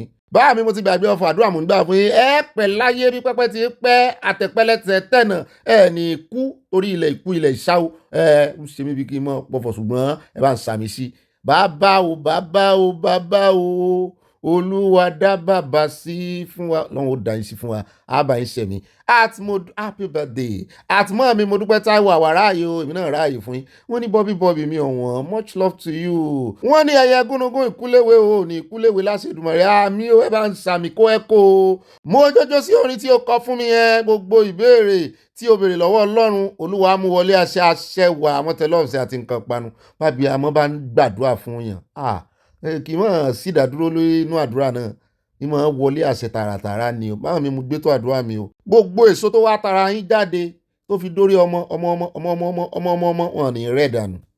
àṣẹ ti gùn ún at Fẹ́mi Josiah Akérèbíyọ̀ wọ́n ní at Adéwálé Ìfẹ́wálé no Fulani should be Nigeria president again in this world. wọ́n ti pa àwọn èèyàn tó pọ̀ jù pàápàá jùlọ ní Biafra war. Mọ́mí Yẹmí Ige wọ́n ní wọ́n máa ṣe ọmọ kékeré yìí pẹ̀lú experience yìí ọmọ tí Boko Haram pa bàbá rẹ̀ lánàá. Mọ́mí mo dúpẹ́ Táíwò wọ́n ní thank you so much Bobby mi ọ̀hún àdúrà rẹ̀ yóò gbàjú bí ó ṣe lérò lọ nínú ọdún 2026 àmì o tó ń bọ̀ yìí o wọ́n ní lọ ẹ bá mi kí àyà ń gbọ́ o a kó ìpalẹ̀mọ́ ọdún tó ń bọ̀ yìí ayọ̀lá ṣe Èdùmàrè ire o wọ́n tẹ lọ́ọ̀sì àti nǹkan panu. Mọ́mí Yẹmí Ige wọ́n ní máa dómìnì so owó ní mọ́mí ń pa o nǹkan ló máa gbẹ̀yìn rẹ o akó ọdún etc mo jẹ́ dodo fìlà yín o wọ́n tẹ lọ́ọ̀fù sí a mọ́mí òwe yín yẹn ní agbára o kọ̀rọ̀kọ̀rọ̀ ló yẹ lẹ́àfojú wò yín bíi pé irú òwe wo lẹ́ ń pa fọ́kọ́ mi yìí. Báàmì Oríọlá Oris wọ́n ní ẹ̀yin màámi ẹ̀yin bàámi ẹ jọ̀wọ́ ẹ bá wa dá sí ọ̀rọ̀ ẹlẹ́yà yìí torí mi ò rí kọ́mẹ̀ntì ẹlẹ́yà lánàá àti ka kọ́mẹ̀ntì ẹlẹ́yà síwájú àbí gbogbo wa ló jáwèé fún ní ẹ̀yin ìyáálé ẹ jèbù rẹ jọ̀wọ́ o Oríọlá Oris from Dallas Texas báàmì ọkọ wọn gan àgbọ̀ kọ́mẹ̀ntì wọn búrẹ́dì lásán náà sẹ́ndì sí alánà bẹ́ẹ̀ náà ni ok bóyá kọ́mẹ̀ntì wọn wà lára àwọn kọ́mẹ̀ntì tó ju 5 lines lọ mo já kọ́mẹ̀ntì dànù gan Ọlọ́run yọ bá mi Oríọlá Oris náà mo ti ẹ̀ jẹ́rìí wọn torí àná máa ń gà mí lọ́rùn kọ́mẹ̀ntì tó pọ̀ ló ń kà ó ti lóòní kà mọ́ wọ́n ní àyàmú kí ọ̀gá rẹ̀ kó oríire ti lẹ́tà ìtúsílẹ̀ tí wọ́n gbà láti ọwọ́ ẹlẹ́yà yẹn o. àsìkò àmójúbà 55 lines more progress Oríọlá Oris from Dallas Texas bàbá mi Oríọlá Oris gangan àwọn náà wà ń di 5 lines yẹn o àwọn náà ń kóró ojúmọ́ mi kò sọ̀rọ̀ tó sọ fún mi ẹlẹ́yà náà dé o àwọ̀ kìlù mọ́ bàbá péré akọni àfidà lálẹ́ gàràgàgàgà wọ́n ní àyà o jọ̀wọ́ fún mi ní gbogbo orúkọ àwọn tó wà nídìí ìwé ìkọ̀sílẹ̀ tí ọkọ mi kọ sí mi màá ṣe kíní yẹn fún wọn tí mo bá bímọ tán kíní táwọn afẹsẹ̀kù bí òjò fi ń jàre ẹlẹ́yà ẹ̀mí ọ̀gá fún mi ló sọ bẹ́ẹ̀ wọ́n bú sẹ́rìn eré làǹfọ̀ máa yòó ṣe ń bí. Mọ́mí Dọ́lápọ̀ Akins mo ka mẹ́sẹ̀gì mo rí pé kò ju 5 lines lọ ṣùgbọ́n short one lẹ́mọ̀ kọ́ wọ́n ní obì tó ṣọ́ ẹ̀ gan ṣọ́ fún mi ibà fèrèsé happy weekend wọ́n ní àṣà la fi wọlé lónìí bẹ́ẹ̀ ni àṣà ló gbé wa wọlé Ọ̀yọ́ Mèsì wà ní platform o mo mọ̀ pé Ọ̀yọ́ Mèsì ní white lace yìí ẹ rí pé mi ò kì í gbà kan bú Aláàfin wọ́n ní white lace tún ga o pẹ̀lú fìlà ọpẹlẹ àìrè my brother Dolly is from Dallas Texas peace mọ́mí ẹ wá mọ́ bá ń kọ àwọn kinní kó wà lórí 5 lines mo mọ̀ pé short ni mo rí bá ń torí ẹ̀ ló jẹ́ ń lò káwọn èèyàn mọ́ bá ní ṣé mo ka ti mọ́mì wa ó ju sí 5 lines lọ ṣùgbọ́n short ni. ẹ jẹ́ àdọ́rọ̀ mọ́ mi ẹ̀mí ìgè wọn ní ẹlẹ́à ìkànnì yín onínú tútù yìí àṣé ìfẹ́ ojú ló ní sí Ọ̀gbẹ́ni Bobby well ẹ lọ yí kọ́ńfọ́tà borí abẹ́ẹ̀rí wọ́n tẹ lọ́ọ̀bù sí àwọn búṣẹ́rìn àti mo dúpẹ́ Adénúgà Willas mọ́ mi dáadáa mo láìkí orúkọ Willas yẹn. wọ́n ní ibà takotako ibi tá a gbà wọlé lánàá nù o àwa ni a máa borí wọn láṣẹ Ọlọ́run love you for what you are doing love you too. At Ademola Samuel wọ́n ní Sir Bobby ẹ̀kú ọdún àṣẹ ìsàmọ̀dún thank you Trump carry go from Providence Rhode Island USA ayọ̀ ni o wọ́n tẹ̀lé ọ̀sẹ̀ ayọ̀ rẹpẹtẹ o àwa tayọ̀ ní nìyẹn. mọ́mí lùjẹ̀sà mo ti mi retí rìn mọ́mí Elizabeth oyè ní àwọn ní Ọ̀gbẹ́ni Bobby ìrìn àìbá oníròyìn àlàáfíà ibà kà síwájú ibà gbé fìlà bẹ́ẹ̀ ni ẹ̀yin náà wọ́n gbé bọ́ọ̀rùn wéré tí kó pátá àṣàrí ayọ̀ ní gbogbo wa máa fi parí ọdún yọ àmì o wọ́n tẹ̀lé ọ̀sẹ̀ from Dallas Texas Oòduà nation no going back. At Fikayo Victor bá mi ní Ọ̀gbẹ́ni Bobby tó o bá ka ìtẹ̀ránṣẹ́ mi tòní nítorí pé oní January ni a máa bẹ̀rẹ̀ 55 ìlà máa gbé ẹ lọ sí kóòtù àgbáyé máa sì gba owó gbà mọ́bìnú lọ́wọ́ rẹ̀ lẹ́àlẹ́ ti gbà wọ́n bú sẹ́rìn ayọ̀ mo rí pé ẹ kọjú kọ́mẹ̀ntì méjì lọ èyí tí ò tó 5 lines ni mo mú ń bẹ̀ àfi practice ni January ti dé tán ìbọn là ń wò yìí sẹ́ẹ̀rí ó tún mú ayédẹrùn fáàyà ẹ mọ̀ tí ẹ mọ̀ pé téèyàn bá fẹ́ jẹun tán bá gbé oúnjẹ tó tóbi tó kàǹkà síwájú èèyàn ìmọ̀ káyàn láyà tó tiẹ̀ tí ì jẹ́ ṣùgbọ́n bá mi tó ń jẹ́ bá ṣe tó wá moderate inú àyà ń dùn ni tá àyà bá rí kọ́mẹ̀ntì tó gùn báyìí ìmọ̀ fojú kọ̀rọ̀kọ̀rọ̀ wò mí ni. at Martin Adébọ̀wálé wọ́n ní òbí ẹ jẹ́ kí n já yín sí nǹkan kan ẹ já mi sí. ẹ má sọ fẹ́ni ẹ̀rọ ẹgbẹ́ ẹnu sí mi létí. wọ́n ní àdó olóró tán ló máa pààyàn rèé ni tí wọ́n bá lọ bẹ̀yìn òye mi ẹni rí èèyàn kan bẹ́ẹ̀ ni mo dá ẹnu dúró ń bí náà bá mi ẹ̀sọ́ mọ́ fún mi mo fòfó ń ṣe ẹ jẹ́ wá dọ́dọ̀ àwọn náà ni wọ́n ní òbí wọn kò lè rí òkú kankan nítorí propaganda ẹ má jẹ́ kí n sọ̀rọ̀ jù dáadáa ó yé mi bá mi ó yé mi ẹni sáwọ ọkùnrin náà mọ́ sọ fòfó àti Ṣẹ́gun Iyì Adé wọn ní Sowore jẹ́ kan lára àwọn ọ̀tá Yorùbá nation àti ọ̀tá mẹ̀kúnnù. bá mi Ọlá Adéwálé wọn ní òtítọ́ ọ̀rọ̀ bí ìsọkúsọ lórí wọn ní àgbà kì í wà lọ́jà àkórí ọmọ tuntun ọwọ́ ẹwẹ́nu ilẹ̀ kẹwẹ́nu ọkọ́ wẹ́wọ́ àwọn tí a pè ní àgbà ibi tí wọ́n sọ orí ìlú Nàìjíríà kọ sí nítorí àtẹnujẹ apápín àti ìwà wọ̀nbìlíkì wọ̀nbìà. poem lọ́rọ̀ bàbá mi Ọlá Adéwálé ìmọ̀ jẹ́ sí mi. ó dá o ẹ káàbọ̀ padà wá nǹkan yókò lé ẹ̀fìdílé nǹkan o ní pápá pani o nítorí èní ni Sunday orin ẹ̀mí náà la kọ wọlé ó sì ń gùn mí girigiri mo gbọ́ pé ìyàwó amóró ń ṣe wà nú ẹ̀mí àbúrò náà ṣe wá gbérò yìí ẹ bá ń tù wọ́n lára o kí làlájà tún wá ń bi iṣẹ́ fẹ́ òkè ẹ gbọ́ kéwú tó ń sọ kéwú ni mo fi wọlé kéwú ẹ̀mí mọ̀ yàtọ̀ sí kéwú Kùránì ó kàn jọra wọn díẹ̀díẹ̀ ní ìtumọ̀ rẹ̀ yàtọ̀ ó dá o ẹ wá nǹkan panu kẹrin kẹ wá nǹkan tẹmọ sọ̀rọ̀ àjìjà ẹ wá nǹkan lómi tútù sí kémi wàá mọ gbé yín débẹ̀ ká mọ sún síwájú ká kà á síwájú mọmi lùjẹsà mọmi ìníyà ó dá alákọ̀ọ́kọ́ bẹ̀ bá pín bá dénú yín 5 lines òfin 5 lines ti bẹ̀rẹ̀ o alákọ̀ọ́kọ́ nù ròyìn tù ní lórí ẹ̀sùn tí Fáyọ̀sé fi kan Mákindé wọ́n ní bọ̀dà Mákindé ti dáhùn ìkànnú àwọn sàbẹ̀ wọn ló dá Fáyọ̀sé lóhùn ó ní kí Fáyọ̀sé mẹ́rin jáde ó ní gbogbo tí ń sọ tó kàn ń sọ̀rọ̀ dànù pé kó mẹ́rin jáde Fáyọ̀sé ti mẹ́rin jáde ò ṣùgbọ́n mò ń bọ̀ lórí ẹ̀rí tó mú jáde ẹ jẹ́ àkọ́kọ́ gbọ́n tí wọ́n fi dá Fáyọ̀sé lóhùn.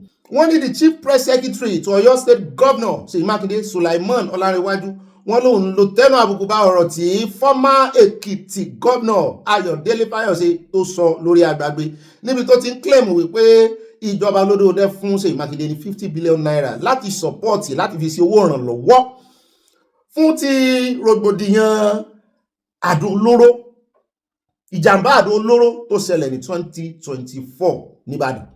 wọ́n ní the Ìbàdàn explosion which occurred in January 2024 at Adeyi Avenue tó pààyàn 5 wọ́n ló ṣe àwọn 77 léṣe wọ́n ló sì bà ilé tó tó 95 wọ́n ló bàjẹ́ pátápátá. wọ́n ní Mákindé had visited Aso Rock on January 2022 to present a report of the incident to the president.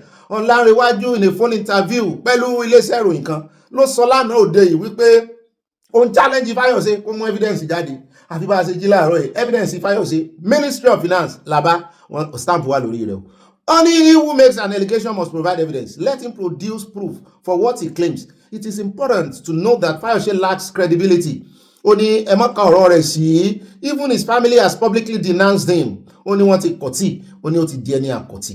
nínú family. What credibility does he have? Such a person speak ordinarily and we should not pay attention. But if he has made a claim, let him substantiate it, he said. Wọ́n ní èyí ní ìdáhùn tí ẹni tó jẹ́ pressman Mákindé tó fi ń dá Fáyọ̀ṣe lóhùn wípé ó gba 50 billion lọ́wọ́ Olódòdẹ kò sì sọ fún àwọn ọmọ ìpínlẹ̀ rẹ̀. Nígbà tí ó sì fún wọn lówó, owó gbàmọ́bìnú, owó tí ó yẹ kó kówó fún wọn kó pín, ó ní ṣe ló ń fún wọn ní crumbs, ó ń fún wọn lájẹkù. Ó ní ó sọ fún ọmọ Nàìjíríà kó gbowó at the prerogative of the mercy of Mr. President pé àánú ni Mr. President ṣe yín kìí ṣe pé ẹlẹ́tọ̀ọ́ sí. Ó ní so the president can say the explosion is not worth more than 10 billion naira. The 50 billion did not come into the coffers of Oyo State. It came with you coming to interface with the president because you came and said you met with the president. Fayose said. You only said the part where you said the president told you that go and organize APC, All Progressive Congress, for me, and I said I cannot organize. But you did not tell Nigerians what the president did for you and did for the good people of your state. Mr. President náà ní èròǹgbà pé bó bá ti gbowó yóò lè ṣiṣẹ́ fún ẹgbẹ́ àwọn. So remember tí wọ́n ti wá bí pressman wọn ní ìsìn tó ní there is no substance whatsoever. Did the president say anything of the sort? Ó ní ṣe ti gbọ́ pé Ààrẹ Olódòdẹ níyàn fún Ṣèyí ní 50 billion. Did the federal government make such a statement? If neither the president nor the federal government said so, who is Fayose to claim it? There was no 50 billion naira donation. Why there is no verified proof from Fayose, his claims follow Makinde's earlier disclosure that he will not support Tinubu nítorí ẹ̀ lára ṣe ń kàn wọ́n. Fayose also criticized Makinde for revealing private conversation with the president in the media, citing a similar past experience. Bí kò ṣe máa jẹ́ èèyàn lẹ́sẹ̀ nìyẹn, ó ti lé gbogbo àwọn olórí rẹ̀, wọ́n ló ti lé wọn, àwọn kan náà ń sọ bẹ́ẹ̀ o. Mo ní ṣé bọ̀dà Makinde ṣé báwọn náà ṣe rí nù. Ṣùgbọ́n bàbá wa ń wo ẹni tó bá ní ká wo ẹnu ètè ẹni tí ń sọ̀rọ̀ yìí náà kò ṣeé gbàgbọ́. Irú kan ní gbogbo wọn. Lọ́dọ̀ tèmi náà bá gbé Makinde sẹ́gbẹ̀ẹ́ Fayose. Makinde kò sí ìtì mú náà méjèèjì. Ìkọ́tọ̀ ṣe jù kan lọ ni. Wọ́n ní he called me after an interview and said what he told me about not contesting against the president was private. It was not supposed to be public and I was doing it in his interest so that they don't drag his name into the contest. Ṣùgbọ́n lọ́rọ̀ kan ó ti mẹ́rin jáde ẹ̀rí náà ni mo sì ń wò ìyẹn bá ń tẹ̀sí ẹja lò. Káwọn èèyàn wa náà rí sáà lè rí kà kí ló wà lórí rẹ̀. Mo rí request for special intervention funds. Wọ́n ní gẹ́gẹ́ bí wọ́n tó mọ̀jọ́ á lọ ni wọ́n ní gẹ́gẹ́ bí gómìnà wọ́n ní ó lẹ́tọ̀ọ́ láti béèrè fún intervention fund. Pàápàá jùlọ tí irú nǹkan báyẹn bá ṣẹlẹ̀ tó jẹ́ disaster wọ́n ló lẹ́tọ̀ọ́ sí wọ́n ní kì í ṣe pé àpò Olódòdẹ ló ti fún wọ́n ní this is government to government wọ́n ní so gbogbo claim tán claim ní ìsìn tó ní donation wọ́n ní ẹni tó jẹ́ pressman Makinde wọ́n ló lè yí ọ̀rọ̀ yẹn wípé ṣe bí donation ló pè. This is not donation, this is a special intervention, is a fund.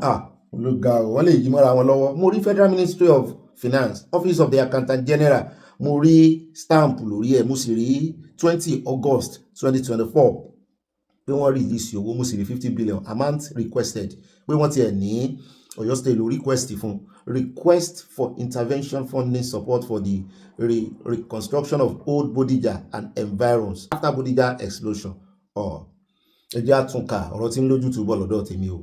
Torí mo ti ń wò pé ọ̀nà wo ni Mákindé fẹ́ gbà yọ ara rẹ̀ ká dúró ká gbọ́ nǹkan máa sọ wọ́n sì máa sọ̀rọ̀ ṣùgbọ́n ẹ jẹ́ ká wà for the benefit of doubt ká kàn merry-go-round lórí ẹ̀ díẹ̀ wọ́n ní purpose Mákindé Ọ̀yọ́ State on behalf of Ọ̀yọ́ State Mákindé ló make request kì í ṣe pé ààrẹ Tinubu tọwọ́ bá pò torí ẹ̀ mo ṣe ń sọ lánàá pé àwọn special fund kan wà ń kalẹ̀ tí state bá ní problem bóyá àgbàrá omíyalé àgbàrá ya ṣọ́ọ̀bù inú ibi tán ti máa ń fún wọn lówó tẹ́ bá gbọ́ pé ìjọba fún wọn lówó kì í ṣowó ọ̀fẹ́ o owó tó ti wà nílẹ̀ tán ti hẹ máàkì ni ó wà ní bọ́jẹ́tì bí ò bá sínú bọ́jẹ́tì lè rí kán tọwọ́ bá kò kàn fún wọn kọ́bọ̀ wọ́n ní tán béèrè request for intervention funding support for the reconstruction of old Bodija and environs after Bodija explosion.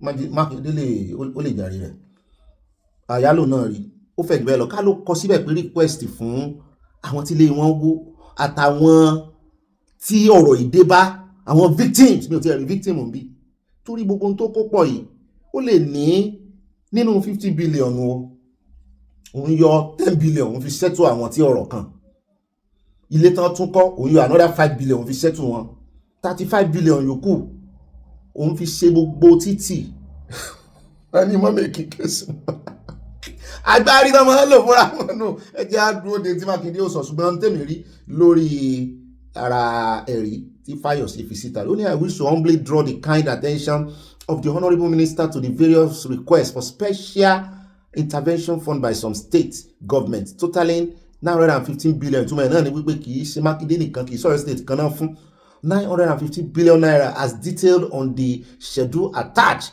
as appendix. Yóò sì dá ó ní honourable minister it is pertinent to state that due to the very low cash position of the special account from where these requests are to be met there is a special account.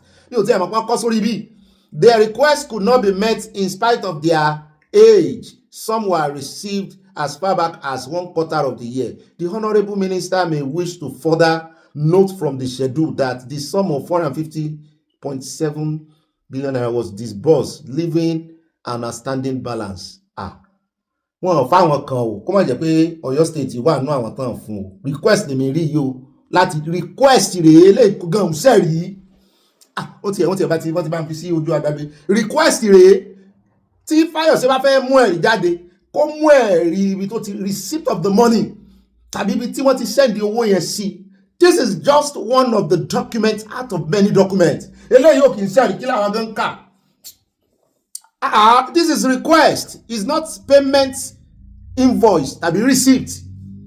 Tó máa jẹ́ ká mọ̀ pé wọ́n disburse owó yẹn torí wọ́n ń ṣàtótónu níbí ní ìsìn wípé àwọn kan béèrè owó àwọn ò lè rówó fún wọn. Bó láti wá mọ̀ bóyá fún kìíní kìí sí ṣe state kan 913.3 billion rèé ṣé Fáyọ̀sé ò ká kìíní dáadáa àbí ò mọ ara ń já jẹ. Ó sì ní kó gbé lọ ilé ẹjọ́ àmọ́ wò yóò ti fokùn síra rẹ̀ lọ́wọ́ ẹjẹ́ kò bẹ́ẹ̀ kà mọ́ pé ẹjẹ́ wá dọ́dọ̀ ex general níbi tó ti já wá sí wípé sẹ́ anyone opposing US strike gbèsè tí USA gbé pẹ̀lú Nàìjíríà pé is an enemy or profiting from insecurity and it should be dealt with. Mo like ọ̀rọ̀ yẹn àwa la fẹnu sọ lánàá a lo picture wọn ṣùgbọ́n fọ́nrán wọn ti wà ẹ bá ń tẹ̀sílẹ̀ agbára à ń bọ̀ àti ìdè. I am very happy about the development in the sense that this is an issue we have been battling with for over 2 decades.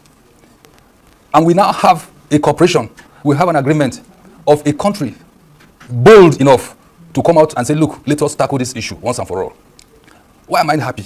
In the sense that we have lost so many souls, people died innocently. And we tried various solutions, diplomatic solutions, and all that dialogue, and among others, even to the extent of some people that we know going to bargain and talk with bandits, talk with terrorists. As if there was no solution, just like at the time the former president said that Nigeria's economic solution problem has defied all solutions, which we are seeing until today.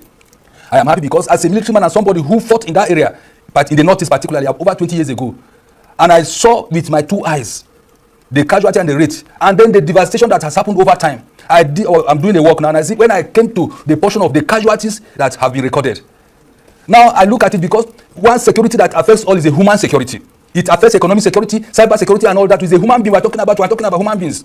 And it's like we didn't have any solution. Now, America has come out, bold, audacious President Donald Trump came out and said, look, we're going to help you, we're going to assist you. Now you look at the cost of their investment in all this. I don't know whether we bargain with them to pay them something. No, I don't know. Sacrifice. So I'm happy because it is the beginning of the good things to come in this country. Some, they will disagree, saying this may be the road to Syria, to Iraq, to Afghanistan for Nigeria. Your response to that? Our response in this kind of situation is always different as Nigerians. Where you expect the negative, you see the positive. They are the pessimists. Those people, I look at them as people as enemies of this country. Why didn't we look at what happened when we went to Liberia and Sierra Leone? Anywhere, Congo and all in those days, anywhere Nigerians cooperate and come together and agree on a particular thing, we always get the result. That is the point I'm making. Now we have agreed, the America has taken the lead for us. All we need to do is to follow up with the backup actions of taking ownership of our security, indigenous homeland security measures, put it in place, and then we are good to go. We can never, I can tell you that Nigerians can never, those people who are doing that are just instigating and insinuating people, and I want the government to take a look at them critically and put them to check, because from what you hear, that is what spans you into negative action. So I can say that confidently.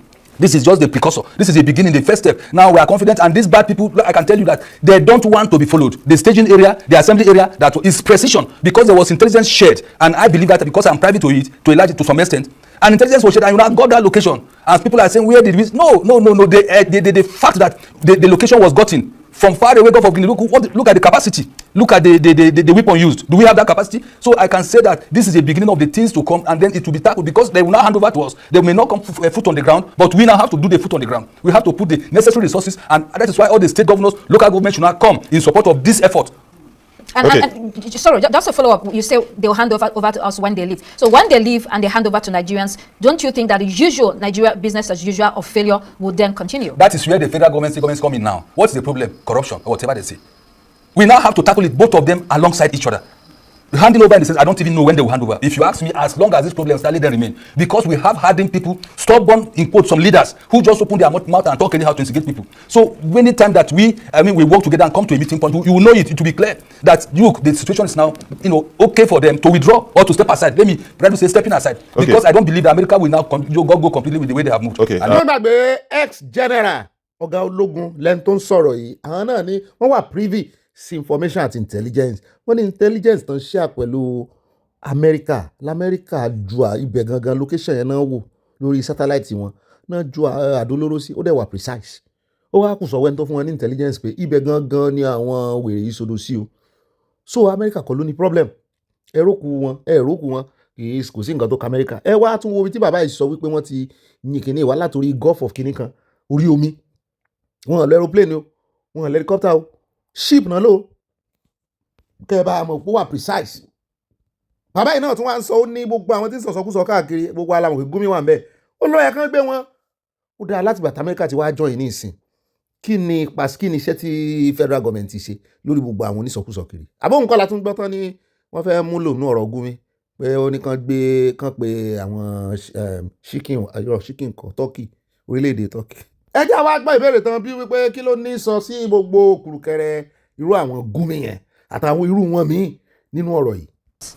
Well, I don't want to address personalities, but like I have said it loud and clear, any person, any group, whatever you are, and you are opposing this, you are anti-Nigerian, you don't love Nigerians. That means you might have not lost a loved one, or you are benefiting indirectly from what is happening. I will accuse any organization, any person, even if it's my brother, even if it's my wife, my children, I will accuse them without reservations. So I don't subscribe to that at all. What you don't have capacity, what you don't have the heart to do, somebody is doing it for you and are coming out, opening your gutter and then criticizing that person. It is wrong. Nigeria should take action against such people decisively. If you look at the list of 31 offenses that can be categorized as terrorism, look at them, item 21 and item 33. This is implied for anybody. So the government should not, the president has come out boldly to declare state of emergency. It will not be too much for him to come out. You are committing an implied offense against counter-terrorism that has been reviewed. Take that person, and everybody, people will sit up, will stop making inflammatory comments. Okay. Ó náà láti gbọ́ yẹn, ó ní sequence to emergency rule táàrẹ Tinubu to declare lórí state of insecurity Nigeria.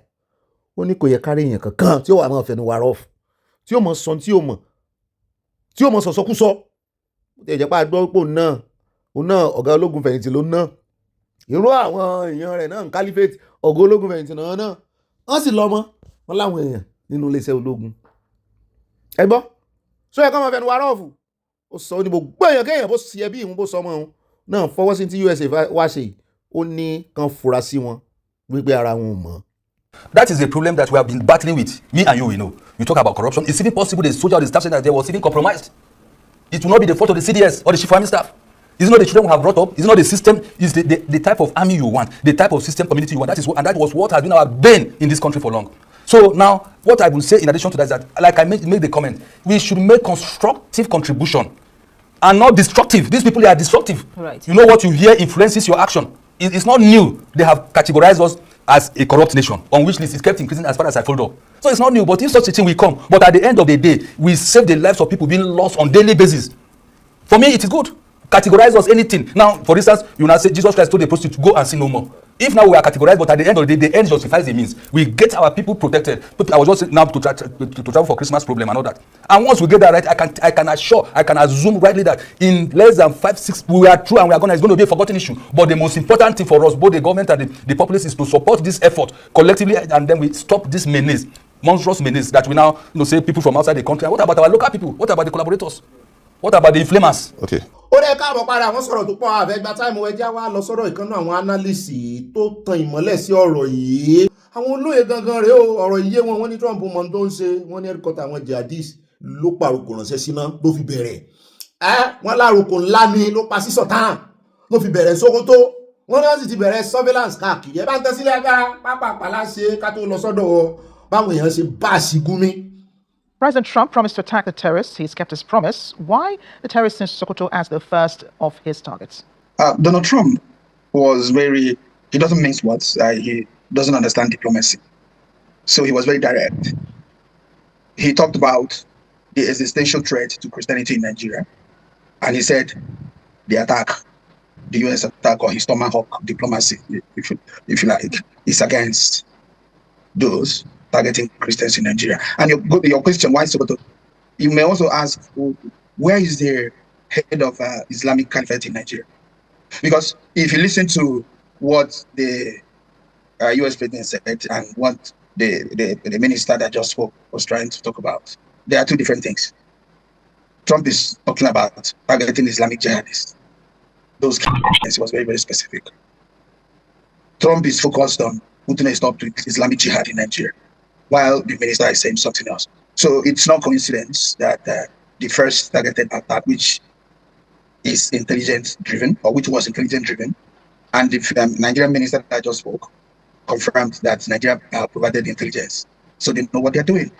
They know where the headquarters of Islamic Jihad in Nigeria is. So the US went for the epicenter of Islamic Jihad in Nigeria. So while the Nigerian government is trying to take it away from religion, the American government is focused on what the objective is.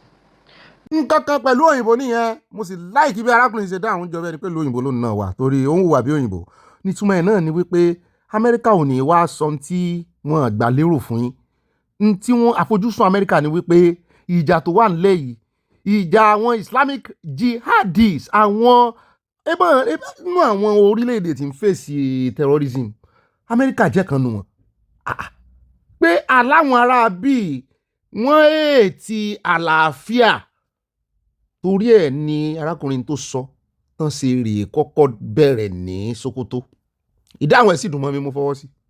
wọ́n fi pàrókò ránṣẹ́ sí ni ẹ bá ń gbọ́ tí wọ́n bá ní àròdán oná fún yẹn ṣé Amẹ́ríkà wà ní intelligence ìbáṣepọ̀ Caliphate àti Iran ni Ayatollah tán náà fi ń jẹ ní Iran síbi ròyìn yẹn náà ní Sultan. olórí àwọn jihadis olórí ogun àwọn jihadis nìyẹn ó ju president wọn lọ ní Iran bá a ṣe gbọ́ Ayatollah. You know, when the U.S. Tomahawk diplomacy bettered in Iran, people were worried about uprising in the region. You know, but what happened? I told you nothing will happen. So this is a clear signal that the Donald Trump Tomahawk diplomacy has arrived. And the target, okay, now ask yourself, what happened after the U.S. invasion of Iran? So there was fighting, serious fighting going on between Israel, Palestine, Lebanon, Syria, if you like, and then Yemen. But the US struck Iran and everywhere went quiet. So when we ask, why strike Iran? Why the fights, there was a serious fight going on in Israel, Syria, Lebanon, Yemen, and all that. So these things are interrelated. So the target here is Islamic State in the Sahel province, which the US sees as a credible threat. You know, what you saw in Maiduguri is more or less a diversion. You know, a mosque was bombed. But the US, you know, it's unlike Nigerian governments that, you know, that one would say is playing the ostrich. The Tomahawk diplomacy is very intelligence-driven and specific. So I just hope that those sponsoring Islamic Jihad in Nigeria will get the memo. And then the Nigerian government will follow up. What is required in Maiduguri is police action, where you see people bombing mosques. It's more of internal security and police action than military action. So I hope that this will significantly discourage. Ask yourself, when Boko Haram in Maiduguri was invited by Jonathan for a dialogue, they nominated someone in the Northwest. ìjọba Amẹ́ríkà sì rẹ̀ wọ́n ní intelligence tó jẹ́ pé Nàìjíríà lè mọ̀ ní between Boko Haram ti ṣe àdíẹ̀ ń bẹ̀ fáwọn ológun Nàìjíríà kára wọn ti wá balẹ̀ torí àwọn náà kọ́kọ́ sapá gbogbo náà láwọn ènìyàn gbà ní wọ́n sì wá gbà and then Boko Haram fight as well. wọ́n lé taking láwọn place in òsì mọ́ ti Maiduguri, or tọwọ́ they bọ̀ chose someone in the wọ́n lé láwọn northwest. òsì mọ́ So wọ́n ti this is, late I mean, the Islamic wọ́n ti jihad in pariwo Nigeria kí is wọ́n kàn like pariwo ni hydra-headed monster. kò sì yẹ kí And the olójú help ọdẹ of wá that sí di is so kó bá wọn kó I bá think the àwọn message ṣe has been diplomacy said, and it's very, very clear, débi pé wọ́n wà unmistakable. mọ́ consider wípé Yeah, so wọ́n do you tún think fẹ́ that, the wọ́n Tomahawk fẹ́ diplomacy ké is the reason sí why this announcement was done by the US Turkey president and then ẹjọ́ sì not pé the owó ní Nigerian Nàìjíríà ní government? pẹ̀lú gbogbo Because abẹ́ there's no lọ statement owó from the tábà Nigerian ojú àwọn government just kìrìsìtẹ́nì yesterday rí foreign affairs, Turkey which appears to be to gbogbo corroborate kíní what President Turkey Trump said was formerly yesterday. There was a an announcement Christian-based about, country kó tó the di attacks, wípé gbogbo sorry, the ibi strikes tí wọ́n pè in ní ṣọ́ọ̀ṣì temple wọ́n tọ̀nà ẹ̀sìn mọ́sálásí ni. ẹ káàbọ̀ padà ń dùn mọ́ mi so ń dùn mẹ́yìn náà as e dey pain dem e dey sweet us as e dey pain dem o e dey sweet us yóò dùn wọ́n keegun wọn ní rògùn ẹ̀ àkàndùn ni ó sì àyà. ẹ jẹ́ ká tẹ̀ síwájú ká kà síwájú ṣé ká kọ́kọ́ mú ti ọ̀gá EFCC mọ́ ìyẹn Allen Oyema tó fẹ̀sùn kàn wọ́n wípé wọ́n ń gbé owó tó gara lé owó ọkọ̀ bàálù àwọn èèyàn sì ń sá fún ojú ọ̀nà nítorí security àwọn ẹni ẹlẹ́ni mi ò rí wọn bú ẹ bá tẹ̀sí ilé agbẹ̀rẹ̀jẹ̀ agbẹ̀rẹ̀ skills tó náà give o pé ó dùn gan ó dùn ẹlẹ́dàá hàn bí wọ́n ṣe ń tẹnu àbùkù lu àwọn pé àwọn mọ̀ọ́mọ̀ gbé owó aeroplane sókè owó flight wọ́n làwọn fẹ́ bá dẹ́tí December jẹ́ ẹ jẹ́ agbó èsì tó fi dáhùn. The bashing of Nigerian airlines got to stop. And it's very painful when it's coming from government agencies that are supposed to know better. Using the word exploitative and coordinated price fixing and all that is very, very unfair to these airlines. How did you get to, what are the parameters, or what were the parameters they used to get to that conclusion that airlines were, doing coordinated price fixing or maybe hiking prices arbitrarily? I mean, what they used to get to that. Now let's take it this way. Let's take the Southeast, for instance. When you fly to the Southeast at this period in time, you're coming back almost empty. Who pays for the cost of that aircraft coming back? We're not running charter, even charter operations. When you charter a jet, you're paying for that jet going to drop you off, and for that jet coming back empty. You're paying for both.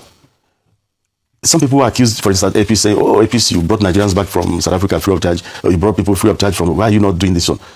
They're not the same thing. When we intervened in those places, lives were at risk. You decided on your own to go and enjoy Christmas in your village, and you want the airline to bear the cost of your transportation. It's very, very unfair. And people who should explain better to them are not doing so. Airlines in Nigeria are being demonized for nothing. It's a selfless service, I can even say. It's just that the shareholding is not getting anything out of airline business. It's addictive, that's all. But in Nigeria, they think you make so much money, bring him down, bring him down. But when government agencies are involved, it becomes very worrisome. To start with, it is untrue that every fare is 500,000 or 400,000. When you go to the inventory, you will still see 150,000. So the thing is that during Christmas period, people buy ahead of time. You can get 5 or 10 tickets costing 150,000. You can sit down on the same aircraft with somebody who paid 125,000 naira. Then you can also sit down with someone who has paid 350,000 naira. It graduates. That is the standard in aviation. Nigeria is not different. Then of course, when you go to the Southeast, you take a full load to the Southeast. It's not profitable. As you're coming back almost empty. Sometimes zero is the word. We have them. Sometimes zero. Who pays for that? For example, if you take a wet-leased aircraft and you're paying about $6,000 per hour, when you multiply that by 1,500, you're already getting 8 million. You talk about other taxes. People are just shouting about the airlines. How much of this money is actually coming to the airline? When you look at it, almost 70 or 65% of that money are not coming to the airlines. They're going somewhere else. Levies and taxes and some other charges. But we are the sacrificial lamb. Everybody is sacrificing the airlines, even people who pretend not to know.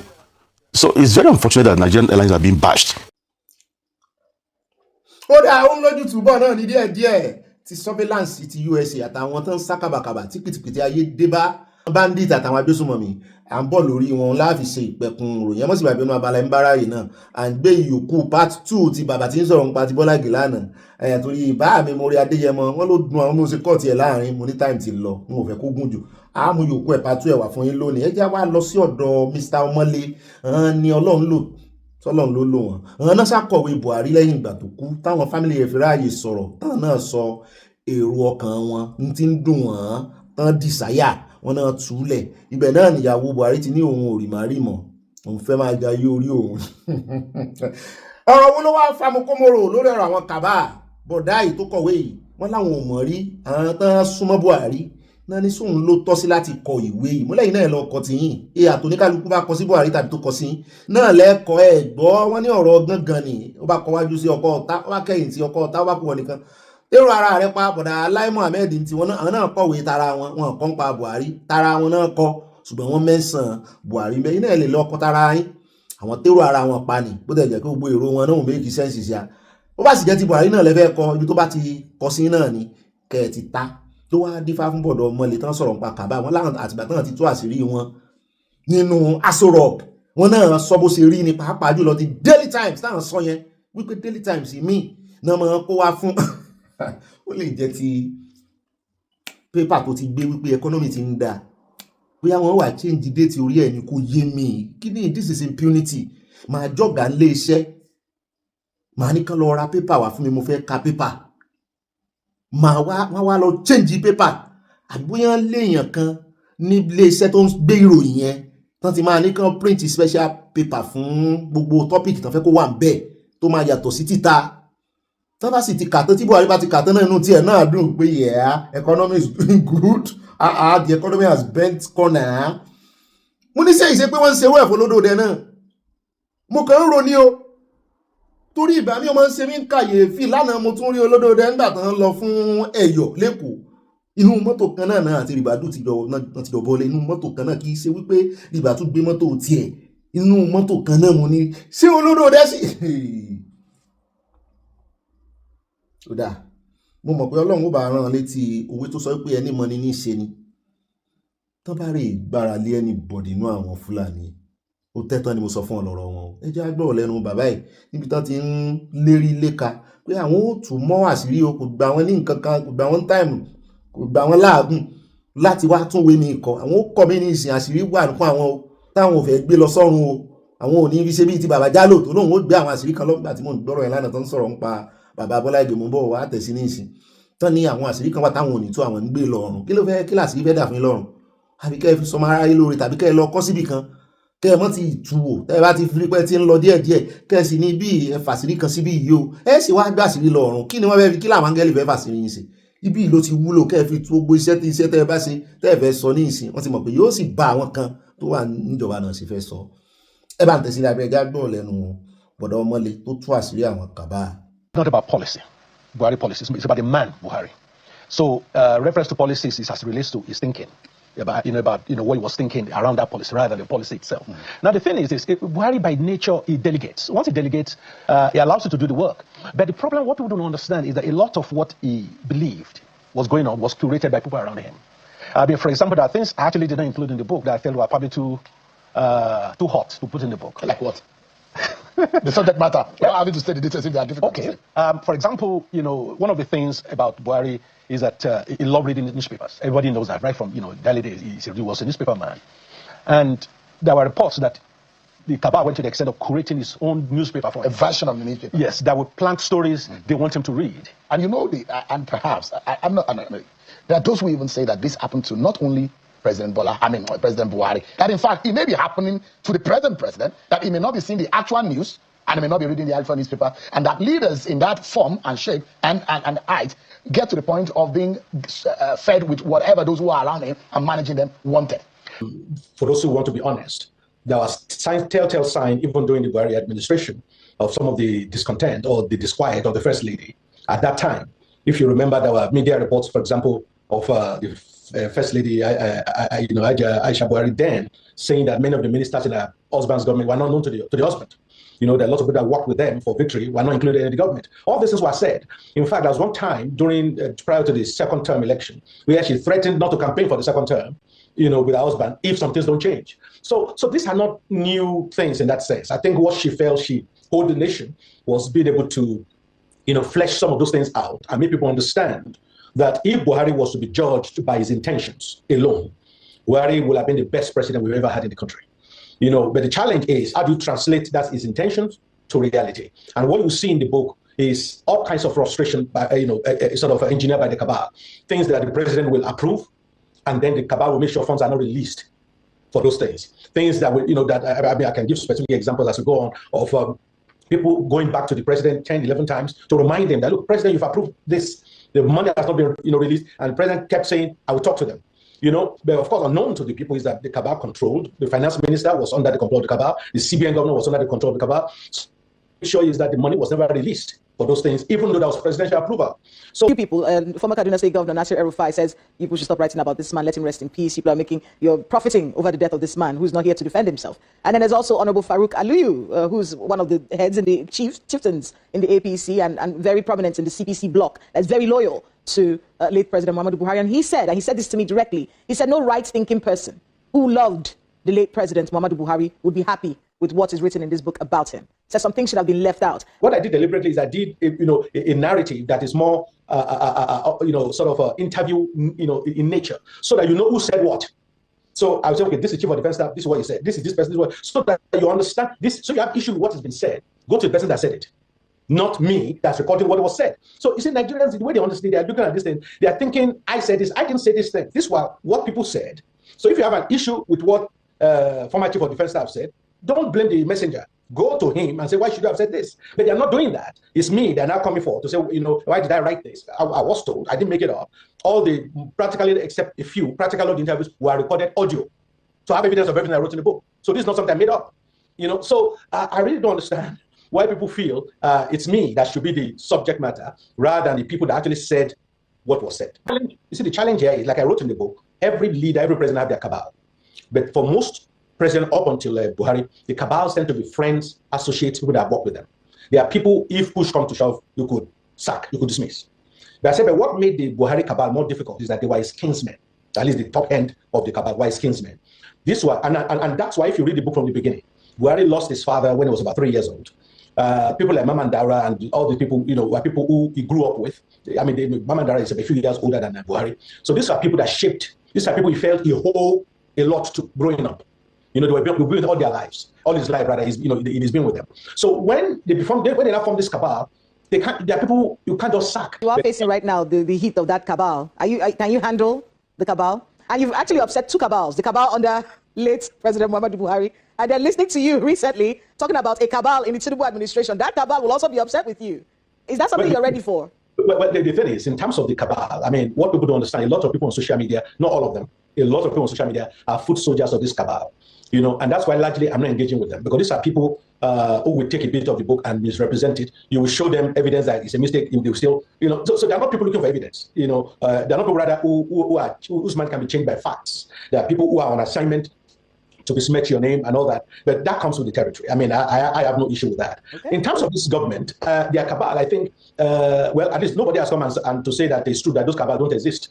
So the fact that I merely say what was an open secret, it's not really a problem. And like I said in that interview you are referring to, President Tinubu is actually more in control of what's happening with the cabal, than many of his predecessors. So the current president is extremely smart. It's a very interesting list of cabal leaders that you mentioned, including the president's son, including the son of the president. It's a very interesting list. But oh no, let's go lẹ́nu Charles ọmọlé wọn tó ti rí ọmọlé tiẹ̀ bóyá ọmọlẹ́dẹ̀ ni ṣùgbọ́n Charles ọmọlé ló ti sọ̀rọ̀ yìí wípé òun dárúkọ kàbá òun forúkọ wọn sí gbogbo tó ń kọ sínú ìwé òun kọ ọ̀rọ̀ ẹnu òun kọ àwọn èèyàn tó sọ lòun mú fáàtì jáde pé wọ́n bá sì tún múnú bí òun ó tún kó fáàtì mi jáde òun ó sọ àwọn kàbá tó wà lábẹ́ ìṣèjọba Buhari gbogbo bọ́n ṣe bó sì ṣe rí táwọn èèyàn fi wá ń ké ó là pé ìjọba rẹ̀ ò dáa ṣùgbọ́n wọ́n tún ti ń ké jù bẹ́ẹ̀ lọ lábẹ́ ìṣèjọba olódòdó ó sì tún ti dárúkọ àwọn tó wà nínú kàtígórì kàbá yìí lábẹ́ ìṣèjọba olódòdó ó sì ní lágbà tó ń ti sọ ó lọ́wọ́ tí ìròyìn kan challenge òun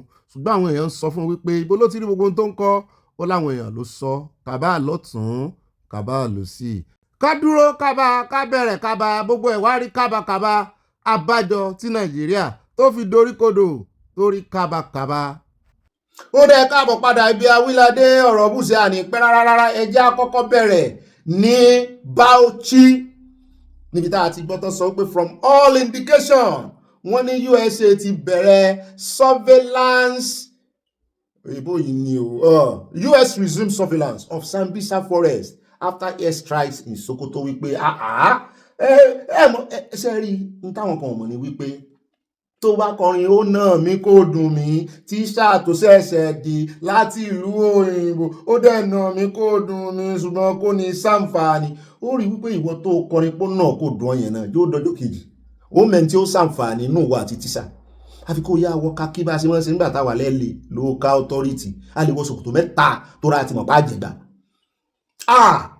mo rúkọ tó mọ̀ ń pè mí ní skul gbà náà ni wọ́n máa ń pè mí ní Bruce Lee Bruce Lee àwa mẹ́ta ní tá a máa ń fàjàngbọ̀n Bruce Lee ìkan Jackie Chan ìkan James Bond mọ́ mi wọ́n sì sẹ́kùn kan sì sàfẹ́rẹ́ fáwọn òbí wa ń gbà náà ní skul gidi là ń lọ ń gbà náà ń fẹ́ skul gidi skul olówó àwọn olówó nìkan náà wọ́n lọ bẹ́ẹ̀ gbà tí nǹkan sáfẹ́rẹ́ náà kó wa lọ local authority LA n ó rí ibẹ̀ máa lọ gbàrí adúpẹ́ lọ́wọ́ Ọlọ́run àríre ń bọ̀ ń bẹ́ àbáwá náà rí LA la lọ o. lọ́rọ̀ kan wọ́n ní surveillance ti bẹ̀rẹ̀ o wọ́n ní wọ́n ń tojú bọ́ Sambisa bẹ́ẹ̀ náà ni wọ́n náà kófìrí wọn ní Bauchi ẹjẹ́ àkọ́kọ́ dé ti Bauchi náà ká tó sọ̀rọ̀ ká tó fẹ̀ lójú àmọ́ àwọn èèyàn náà bọ̀ ibẹ̀ náà láti mú ti Gumi mọ́ àbí ká kọ́kọ́ lọ sọ́dọ̀ Gumi gbogbo ọ̀rọ̀ tó ń sọ ọ̀rọ̀ kòbákùngbé tó ń sọ sí ẹ mọ́ ti ìjà lọ irọ́ ẹ dàdúró ẹ jẹ́ á lọ sórí ọ̀rọ̀ ti Gumi torí à ń gbọ́ pé ìjọba náà ti fẹ́ change mind wọn wọ́n síbi tán dé yìí ibi tí kòríta tán dé yìí wọ́n lè sọ fún USA pé kó jáwọ́ mọ́ ṣùgbọ́n wọ́n ní bóyá wọ́n dàárò pé kàn tún pe Turkey wọlé torí kan náà àwọn agbẹnusọ ààrẹ wọ́n náà sọ wípé àwọn tí ń bá Turkey sọ̀rọ̀ mo ní Turkey kí ni Turkey fẹ́ dánwò pẹ̀lú níbi tí Amẹ́ríkà wà ẹ mọ́ gbàgbé o ẹ̀yin lẹ́yìn lọ pe Turkey o story tẹ́ sọ fún Turkey yàtọ̀ sí story ti Amẹ́ríkà gangan mọ́ o ó pé méjì o ẹ̀yin lọ pe Turkey báyìí Gumi ló sì sọ̀rọ̀ ṣé wá ń gbọ́rọ̀ sí Gumi lẹ́nu ni ń táwọn èèyàn tó ń kàwọn èèyàn lóminú nìyẹn pé ṣé wá ń gbọ́rọ̀ sí Gumi lẹ́nu ni toró wà lára àwọn tó dárúkọ Turkey àti wípé àwọn ọmọ Nàìjíríà tí yà ń jẹ tán fìyà jẹ tán pa àwọn èèyàn àwọn ló pe Amẹ́ríkà ó yàtọ̀ ìjọba ló fẹ́ lọ pe Turkey bó tẹ̀ jẹ́ pé òun bí àfọ ọmọ Nàìjíríà náà ni ọmọ Nàìjíríà fúnra ara wọn tó rí pé ìjọba ò gbégbèsè náà rí pé Amẹ́ríkà ẹ̀yin fúnra yín lẹ fẹ́ fa wàhálà síra yín lọ́rùn wà láì mo ṣe ń wòye fúnra yín Amẹ́ríkà wà tó pẹ̀lú bẹ́ẹ̀ ṣe ń fọwọ́sowọ́pọ̀ pẹ̀lú wọn ibi tá a ti ń sọ lọ́wọ́ náà ti wá sọ wípé àná táwọn èèyàn sọ pé kò sí nǹkan tó ṣẹlẹ̀ wọn ráwọn èèyàn pa wọn rí wọn pa tí àṣàrí náà gbẹnu sí wọ́n ní kan nínú àwọn traditional ruler ní local government ibi tí wọ́n ti kógojá lórí ọ̀rọ̀ yìí wọ́n ní the community leaders in Tangaza Gudu and part of Ilela mo mọ Ilela dáadáa òun ló súnmọ́ Chad tó bá fẹ́ bọ́dí ṣé Chad ni àbí Niger ìkànnù ó ṣe àbọ́dà pẹ̀lú kanú wọn ẹ̀yin tẹ́ bá mọ̀ Sókótó dáadáa wọ́n ní kanú àwọn community leader wọn ní Tangaza Gudu and part of Ilela ní Sókótó ló sọ fún àwọn oníròyìn pé there have been signs of dislocation and movement among armed groups since the strike pé wọ́n move o according to some of them who spoke on condition of anonymity pé kí wọ́n dàpọ̀ àwọn wọ́n ní some bandits were seen moving in small numbers towards remote forest corridors while others were believed to have attempted crossing into neighboring border communities to evade area and grant surveillance. A community leader in Tangaza said the airstrike sent a strong signal and forced criminal elements to abandon family routes and camps. People are cautious, but there is relief that their hideouts were hit. Okay, hideout so wípé wọ́n hit here. There is relief. Inú àwọn dùn pé wọ́n hit hideout wọn. Àwọn tí ìṣẹ̀lẹ̀ local government wọn ni torí ti jábọ̀ nìkan làwọn èèyàn ń pariwo. Government official in Sokoto state said intelligence assessments were ongoing. Meanwhile, ibi tán ti ń sá kúrò o, ibi tán wá ń sá lọ, ìkànnì àwọn olórí wọn náà wá sọ̀rọ̀. Wọ́n ní ní Benue.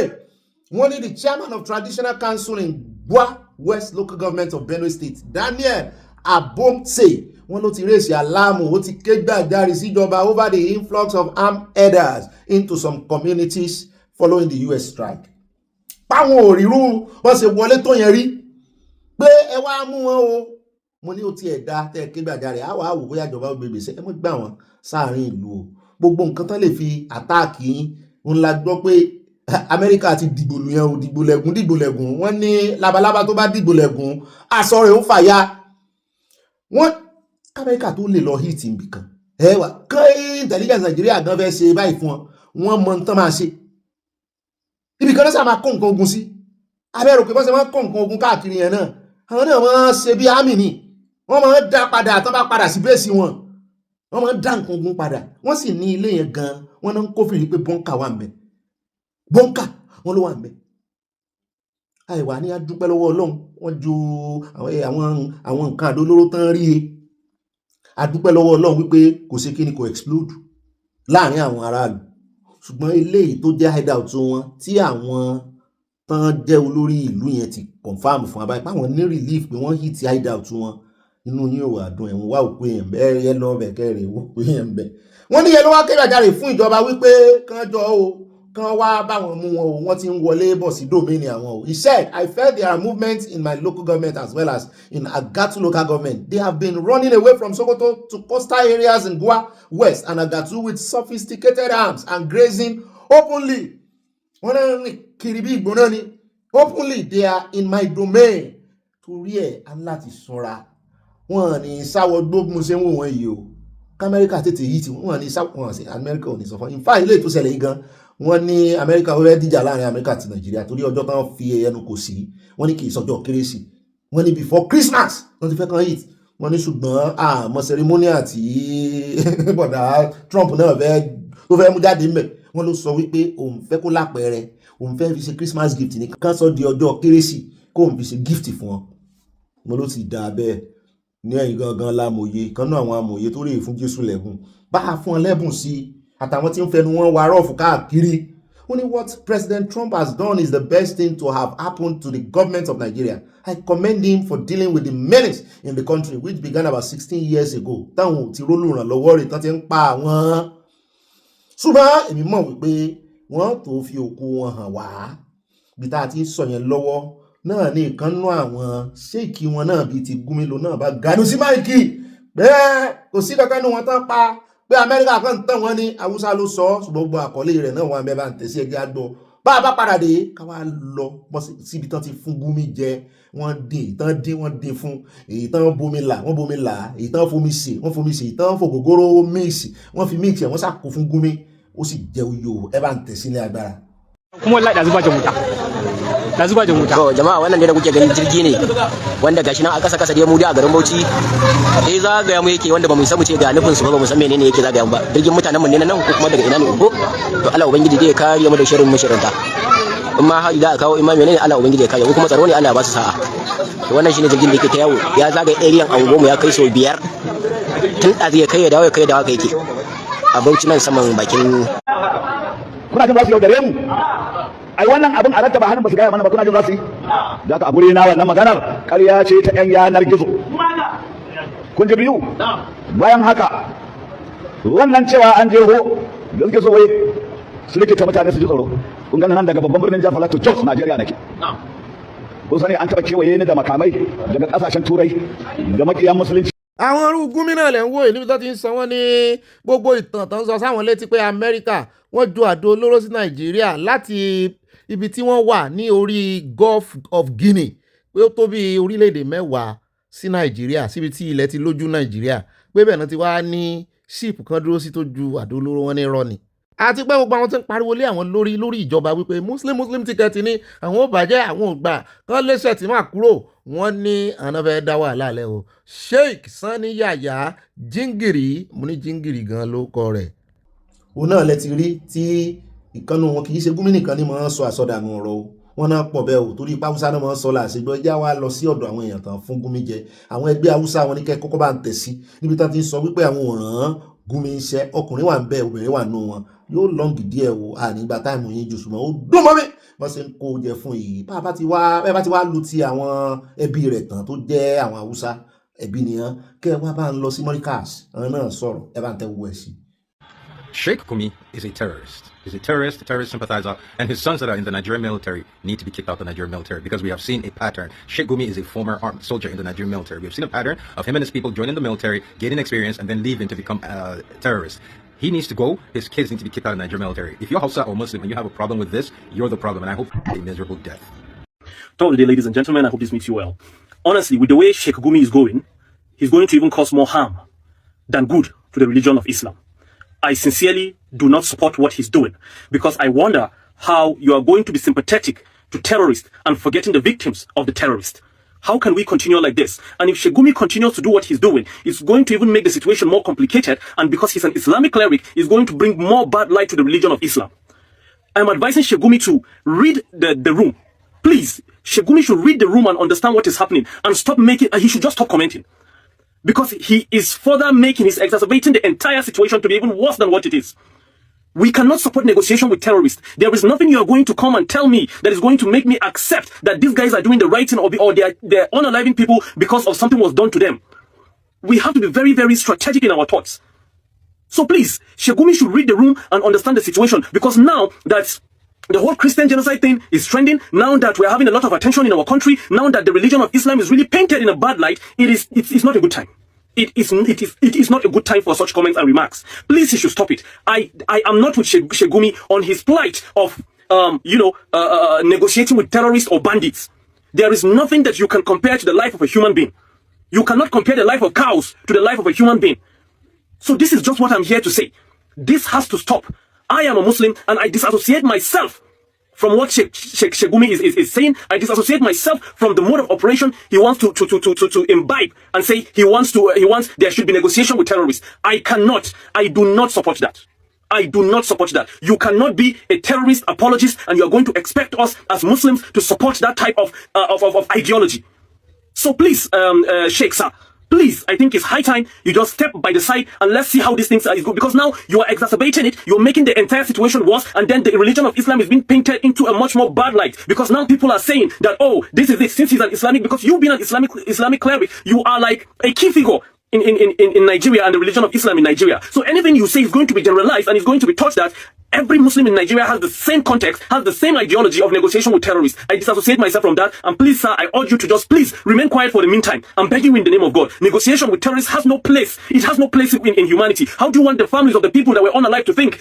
How do you want them to feel and think? Nowhere. They are part of us and we are part of them. We must live with them. You can't drive them away and they can't drive us away. They are our neighbors, so we should never allow them to be our enemies. They are our enemies. They are our enemies. I don't know if maybe I'm not speaking English. They are our enemies, uncle. They are our enemies. It's not you that will tell us who our enemy is. Do you understand? They are our enemies. If they're not your enemies, no problem. I'm happy for you. Thank you very much.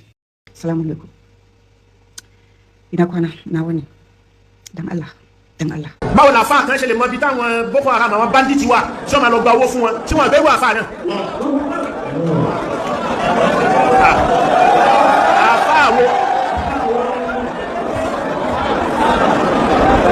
Àfa wo ni ó mọ bí táwọn bandits wà tó mọ bí tí wọ́n wà tí wọ́n pẹ̀lú wọn negotiate lórí kíni.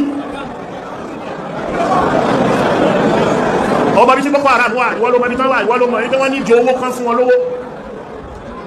Ìwọ àfa wo làfa o.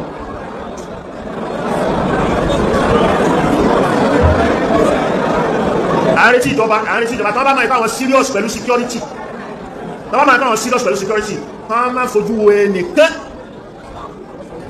wọ́n máa sì fojú fò wọ́n máa sì ojú ìsájú bó tilẹ̀ kó mọ́ láyé pé àfáàní níláwà ní ẹ̀kọ́ gùn dé gbogbo ogun kí wọ́n gbọ́n ẹ̀kọ́ máa wọ́lẹ̀ báyìí èyí tí Islam fẹ́ kọ́ ṣe ní pé al-adala so adala social justice al-adala tó ijtima'iyya ó gbọ́dọ̀ wà al-adalatul qanuniyya ó gbọ́dọ̀ wà. So nobody above law kan bá ti pè lófin òfin ni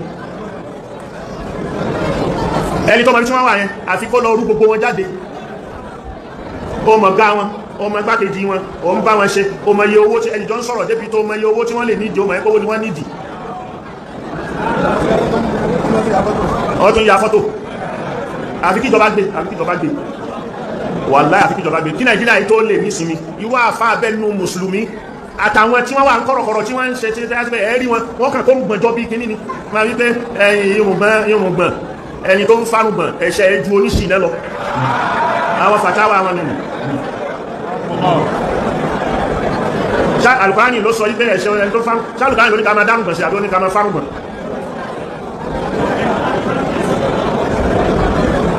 Ó rẹ̀ káàbọ̀ padà náà lẹ́ti gbọ́ yẹn wọ́n ń kó fún kòbàkòbà wọ́n ń kó fún gidi ni pé ta ni Gumi, who is this Gumi? Jẹ́ wá lọ sórí ọ̀rọ̀ surveillance yìí surveillance náà kọ́kọ́ máa ń ṣe kátàkì tó tẹ̀lé wọ́n ní USA, the United States has resumed intelligence surveillance and reconnaissance ISR náà wọ́n pè operations over Nigeria's northeast region targeting militants in the Sambisa forest following Thursday night airstrike on ISIS fighters in Sokoto State. Meanwhile, one Brand Philip, a Sahel-focused terrorism tracker, disclosed the development on Saturday, sharing flight tracking data showing a U.S. aircraft flying over Borno State. One ló fẹsẹ̀ kan dé Bauchi. Now, according to the data, the aircraft involved was a Gulfstream V, a long-range business jet often modified for intelligence, surveillance, and reconnaissance mission. The United States resumed ISR operation today on ISWAP in the Sambisa Forest, Borno State in northeast Nigeria after a pursuit of 1 day following the strike in Sokoto.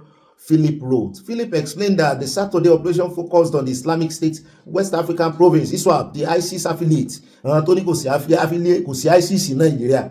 Àwọn ISWAP affiliate ISIS ni o, ibẹ̀ náà ti ẹ̀ka ISIS ni o. Àwọn ní ISWAP o. The ISIS affiliate operating mainly in Nigeria's northeast and the Lake Chad Basin. Flight tracking information reviewed by multiple open source analysis indicated that the US began its ongoing ISR mission in Nigeria on November 24, taking off from Ghana at its Ogbeni. When his source familiar with the operation said the surveillance flight served multiple purposes, including tracking an American pilot kidnapped in neighboring Niger, Onafiwa, economic American pilot, and gathering intelligence on militant groups in Nigeria. The renewed U.S. engagement came just a week after National Security Advisor Malam Nuhu Ribadu met with U.S. Defense Secretary. Nǹkan tó tún wá yà mí lẹ́nu náà ọ̀rọ̀ ẹni pé wọ́n hàn jù pẹ́ kóyá ni wọ́n fi ṣe. Trump kú dán lóhùn. Ẹ ṣàgbọ́ lẹ́nu ẹ̀ńtà àkọ́kọ́ gbé wá tó sọ wípé Sokoto ni ẹ̀kọ́ta jihadism. Pé tó ibẹ̀ gangan náà fẹ́ kọ́kọ́ fi tẹ́lẹ̀. Wọ́n kàn domi tútù wájú mi ní wílé ìtẹ́rí yẹn. À ń bọ̀ ilẹ̀ gbóná, òkè omi gbóná náà dà wájú wọn domi gbóná fún wọn. Wọ́n tẹ̀lé gbóná bó bá yá.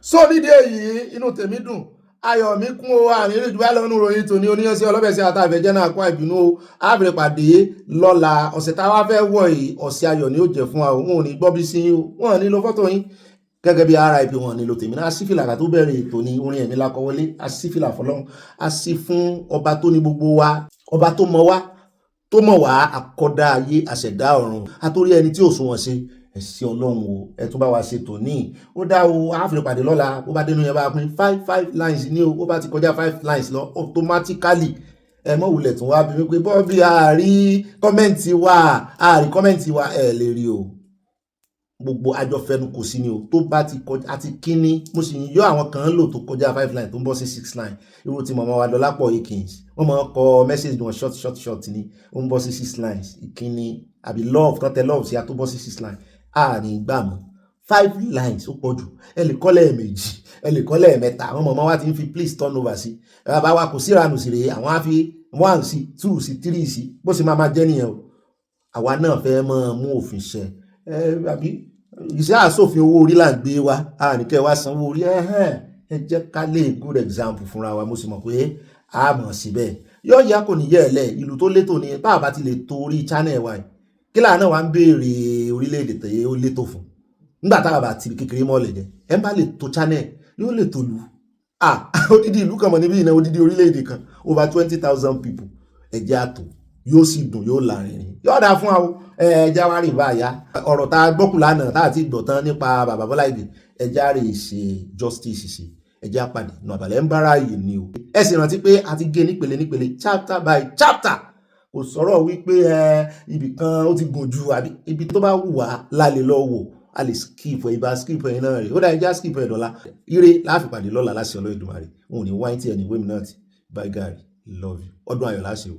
ó dá ọ̀gá mi ọkùn làákàyè o ẹja wá wọnú abala ẹ̀ńbára yìí fún gbogbo àwọn tá a bá ra yìí ọlọ́run ó wáyé fún wa níbi gíga o. continuation bàbá Jálò tí wọ́n mẹ́nu lé ọ̀rọ̀ bàbá Bọ́lá Ìgè gbogbo wọn ṣe play politics ńgbà náà tó fi wá di pé èèyàn kan kú wọ́n pa èèyàn kan wọ́n sì ń play jù bẹ́ẹ̀ lọ gan láyé òde òní wọ́n ń para wọn nu politics wọ́n ń fọ̀bọ́ lọ́ra wọn adìẹ ń jẹ́ fún ara wọn ẹ̀jẹ̀ agbọ́rọ̀ síwájú sí. bàbá ìdọ́gbọ́n tú àwọn àṣírí kan rẹpẹtẹ mo ní àyà mi ọ̀wọ́n bóyá wọ́n sì wá tú àṣírí tán ní àwọn ti decide pé àwọn fẹ́ gbé lọ́rùn àwọn fẹ́ gbé wọnú kòtò tẹ́lẹ̀ bóyá wọ́n lè tú fún wa lónìí àmọ́ wò. wọ́n tún wá gbàgbé o mo sọ lánàá ká tó parí ọ̀rọ̀ lọ́dọ̀ wọn wípé oúnjẹ bẹ́ẹ̀ ni pé bàbá yìí ń gbé sẹ́yìn omi sóore. The fact that he came from the molestation of Uncle Bola, who had earlier 2 weeks back in Oshogbo. Wait, Uncle Bola had molestation yes. in Oshogbo? Yes. How? At the time he went for that rally to solve the image of the governor, because the image of the governors at that time was in the lower air. He called Omishore a lot of unprintable name, which was recorded.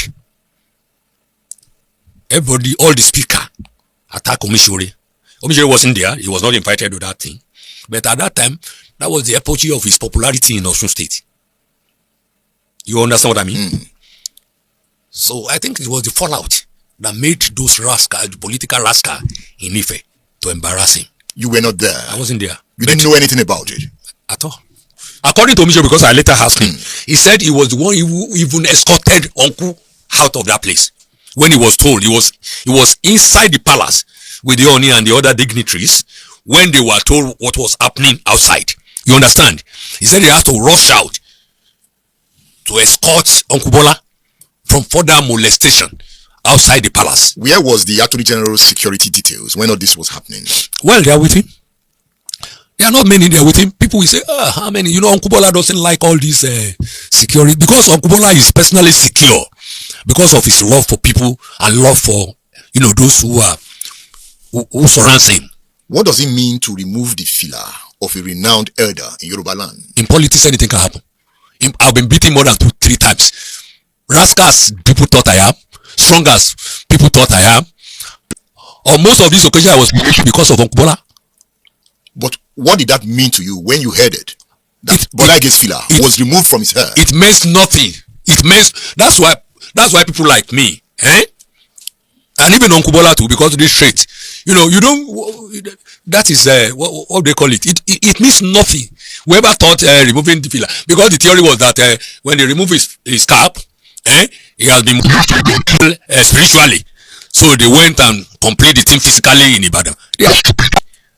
And we all suffer before we leave this earth. Anybody who has hand in the death of Uncle Bola that made people like me and others suffer, we suffer. Those who still believe in that theory will suffer too. I'm telling you. It does. You know, politician, how many times have they taken pure water and threw it to SMA Folabi? Several times in Osun. It happens. To political leader, it happens. It means nothing. Did you discuss it with Bola Ige? Unfortunately, I had no time to discuss it with him. Even Uncle Bola doesn't want us to know. I'm telling you, that was why it was not carried in the paper at all. You know, it would have been a big sensational story on the pages of newspaper, front page. But we knew. The only paper that said something about it was this. This? What's the name of this paper being published by the news? This weekly small soft paper. PM News. It's not PM News. PM News have not been. But it was that paper that brought out, after the death of Uncle Bola, that brought out the interview given by Omishore after that incident. And it was brought to court as an evidence. Did you discuss that incident with Omishore when it happened? Yes, I did. What did he say? He said he didn't know anything about it.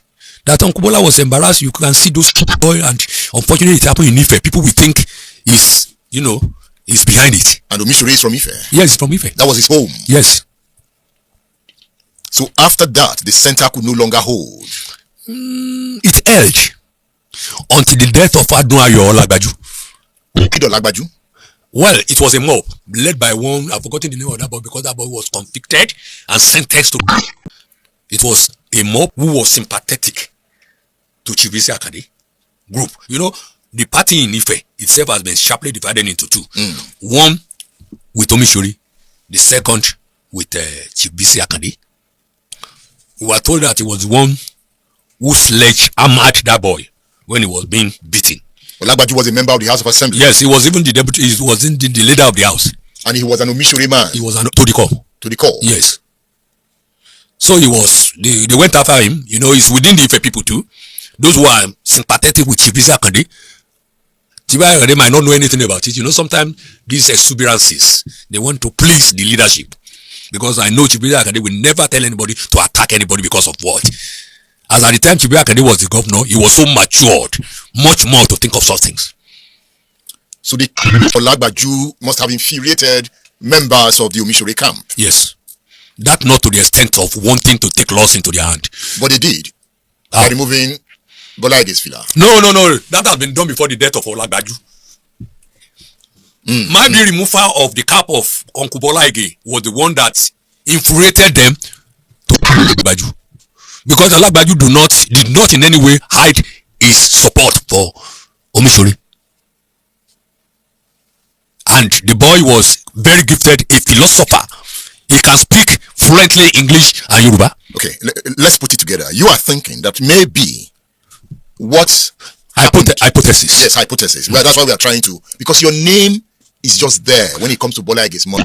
Because well, like I said, Muwa came here to say I was in Ife. I wasn't in Ife at all.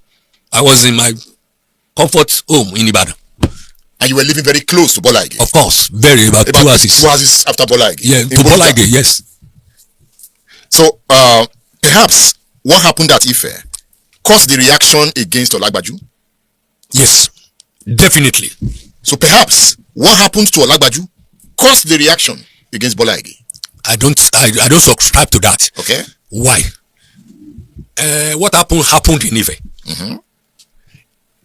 The real opponent at that time, at that period, was Chief Bisi Akande. Not Bola Ige. Not Bola Ige. But Bola Ige was like the godfather of Chief Bisi Akande. The two of them. Yes. But he had tongue-lashed Omisore. Yes, of course. So Omisore was no longer in his good book. Yes, of course. But he still want to manage the situation. Like I said, he sent Kunle Ige to me and said, Uncle wanted to see me. Why did he want to see me? I went to him and he told me he wanted to settle the rift between Uncle Bola and Chief Bisi Akande and Omisore. And we agree on a date. 26th of December. Which never came. So on the 23rd of December, 2001, Bola Ige was. Yes. Were you in Ibadan that day? I wasn't in Ibadan that day. I was in Modakeke. My aunt, that's my mother's sister, was being buried. And I did not invite anybody from Omishore's side because of the problem between Ife and Modakeke at that period. So I went to do the burial ceremony because my aunt have just lost his son, who was my guardian. So I had to stand in to make sure that she was given a befitting burial. Every one of my family were there, my wife. Jọ kí bàbá tó padà sórí normal story torí gbogbo story wọn lọ ṣe wedding yẹn wọn lọ ṣe tòkú yìí wọ́n sì ń sọ lọ́wọ́ náà ẹ jẹ́ ń sáré tàyín lólobó nǹkan kan. Bàbá ìtẹnumọ́ ní part 1 tá a gbọ́ lánàá wípé àwọn òkúrò torí Ọ̀gbẹ́ni ibi wọn pé kí ló dé nígbà tẹ́ ti rí pé fallout ti wà láàrin Bola Ige àti Omisore, kí ló dé tẹ̀yin ò ṣe kúrò lẹ́yìn Omisore tẹ̀sí ní ẹni loyalty sí Bola Ige. Wọ́n nítorí pé Bola Ige ló fohùn lẹ̀ wípé bàbá Bola Ige wípé kàn mọ́ tẹ̀lé Omisore kiri. Ẹ ti wá ẹni tó ní kẹ́ mọ́ tẹ̀lé èèyàn kiri, ẹ ti wá rí pé ó ti ní fallout pẹ̀lú ẹni tó ní kẹ́ mọ́ tẹ̀lé kiri, ẹ̀yin sì dúró ń bẹ̀. Wọ́n sì fìlà lórí ẹ̀ náà ẹ̀ ṣe nǹkan kan. Other things, those who came from Odium, there is a synergy between Odium and Modakeke, which So I took my mother back to Odium and some of our relation in my car. So I attended some political friend in Odium. Then I left Odium around 9 o'clock to Ibadan with my junior brother and one of my political aide. We got to Ibadan around after 10. I dropped my junior brother in his house at Gbagi area of Ibadan. Then I returned home. When I got home, anytime I get home and I stand my hand, my wife will come and open the gate for me. There are 2 duplexes in our compound with 2 boys' quarters. Then when I got home, the whole area was deserted. I got home around 11 o'clock. The whole area was deserted. I put my hand. Then instead of my wife to come and open the door, my neighbor, we call him Baba Jumake, came from his own boys' quarter to open the door for me. I said, come in. I said, where's my wife? Where's my children? Because the way he said, come in. And I didn't see my wife who was supposed to come down and open the gate for me. I said, what? Then I looked back. He looked back and saw my wife and my children clutching, the 3 of them clutching with my wife, shivering. I said, what happened? They said I should come in. They locked the gate. I said, what happened? See my 3 children and my wife. Whatever happened, I don't care again. As at that point, they said, armed robber has come again. They invaded Uncle Bola Ige's house. Armed robber has come again. That was exactly what they used. They invaded Uncle Bola Ige's house. I said, this armed robber again? A week before that incident, the same set of armed robber came to the neighbor of Uncle Bola Ige's house, Mrs. Olowude, as car in her leg and carted away some of her valuables. A week, because those boys, They are always on expeditions. They come to government GRA area thinking that during Christmas and New Year, some people will have come from overseas, their children, they have some dollars and pounds sterling. It's not the only place. It's not even the Mrs. Olowode house that they visited last week. That's the only place that they have visited within that area. Nobody cares. When they said they shot him, I wanted to rush to his house to see him. They said, no, they have condoned off the place. That I should not go. They said they have taken him to the hospital. Then my wife told me, he's not going to sleep in this house again. No, he's not going to sleep in this house. You know women and my children. They said they are not going to go anywhere. They are not sleeping in this house again. They cannot imagine. Because it's like, those boys comes anytime. So I had around 12 o'clock, I had to take them in my car, leaving Aonka to Orogun, my friend's house. So because when I was going to when we were going on exile, we were only able to take two of our children along with us. The third one we didn't get visa for her. So I left her without my friend. So she has been accustomed to that environment. And he was a very close friend. He himself was arrested and spent about 2 or 3 days with police over this story I'm telling you. That's my friend. So we went to my friend's house. We sat down in his living room, praying for Uncle Bola. We don't know the extent of what happened. So it was in the morning, the dawn, that we had the news, press report, Uncle Bola assassinated. You know, it was a confirmation of his death. Then we started weeping, cursing, wailing. So at what point were you arrested? Yes, after that day, the police condoned the area, focusing on my house.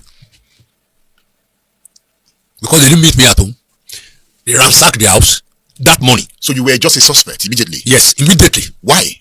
Because I was supporting Omishore and I was stubborn. I didn't desist. Those who believe in Chief Bisi Akande, the governor, they have appealed to me several times, and I don't see any reason why I should stand off from Omishore. You understand? So they were looking for me. I never knew they were looking for me. So one thing is clear: you didn't sleep in your house that night. That night, I did not. Okay. Now I went to UI immediately.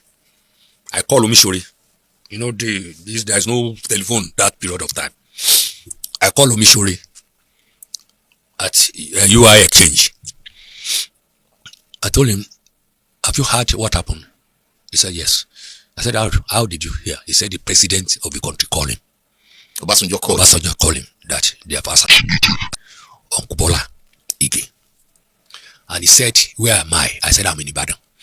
I'm using the University of Ibadan telephone exchange to call him. He said the president wanted to see him. And he wanted myself and Kunle Alao, because we are two strong supporters of his, to come along with him. That president is sending jets to come and pick him up. He said I should ask somebody to bring me to the airport, that they will be taken off around 1 o'clock or 12 o'clock. Ibadan Airport. Ibadan Airport. I said, okay. I will meet them at the airport. That was the day. I haven't gone back to my house. I sent my wife's brother to go and bring another car. It was him that returned and said, nobody can even enter my compound. Now the police there are so many. He came back. That was when I had the sinister of that is happening to me. So I was eager to meet Omisori.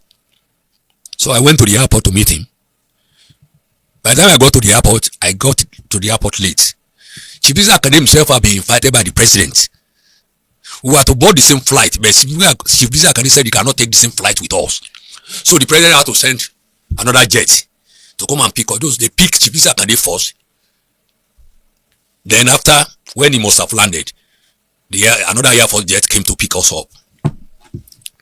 Then went to Abuja.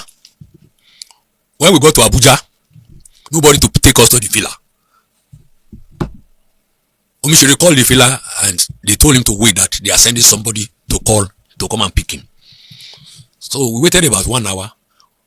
then Sibisa can return from the filler. It was the vehicle that he boarded to the filler, to the airport, that we boarded back to the filler.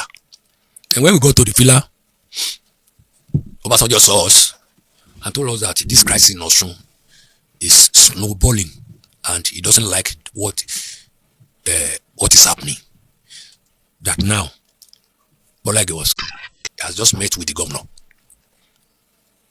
And the story the governor told us is not pleasant. Told him it's not pleasant. That we should go and pray. We should be praying. He didn't say more than that. Then he left us. They took us back to the airport. But because it was night, we cannot land at Ibadan. We have to go to Lagos. So when we got to Lagos, we all slept in Lagos. The following morning, they dropped me in Ibadan. They went to Osogbo because Kunle Alao was living in Osogbo. He has his house in Osogbo. He's from Osogbo with the deputy governor. So when they got to Osogbo, Omisori now sent a message to me that the police in Osogbo wanted to see me 7 o'clock tomorrow. So as early as 5 o'clock, I took off. And I went to Osogbo. When I got to Osogbo, I went to the deputy governor's lodge. I met with Omisori and Kunle Alao, because most of the supporters of Omisori have moved to the deputy governor's lodge to sleep because of fear of after the accusation of Alagbaju. It could be anybody. But me, I'm in Ibadan. I'm not in Osogbo. Me, I don't fear anything. Till tomorrow. I wish you are a human being. You meet me, I meet you. I told you I'm a son of a cripple. What do I have to fear? When my father, who was a cripple, never fear anything. He believes strongly in the Quran. And when he says something, it is be, and it be. And this is me, a young lad. Never thought he can have a child in life. And he has me. Whether I like it or not, whether I know it or not, I would have been fortified to an extent. Maybe that's what brings notoriety in me. So, I leave. I got there. He said the police wanted to see us. 7 o'clock. He said we should take our breakfast. I said, I'm not taking any breakfast. Let's go to the police. Not because they wanted to see us. I was devastated with the death of Uncle Bola. I was strongly devastated because of Uncle Bola. Genuinely devastated. So I went to the police, myself and Kunle Alao that they were expecting. We went there. When we got there, they asked us to wait for them outside.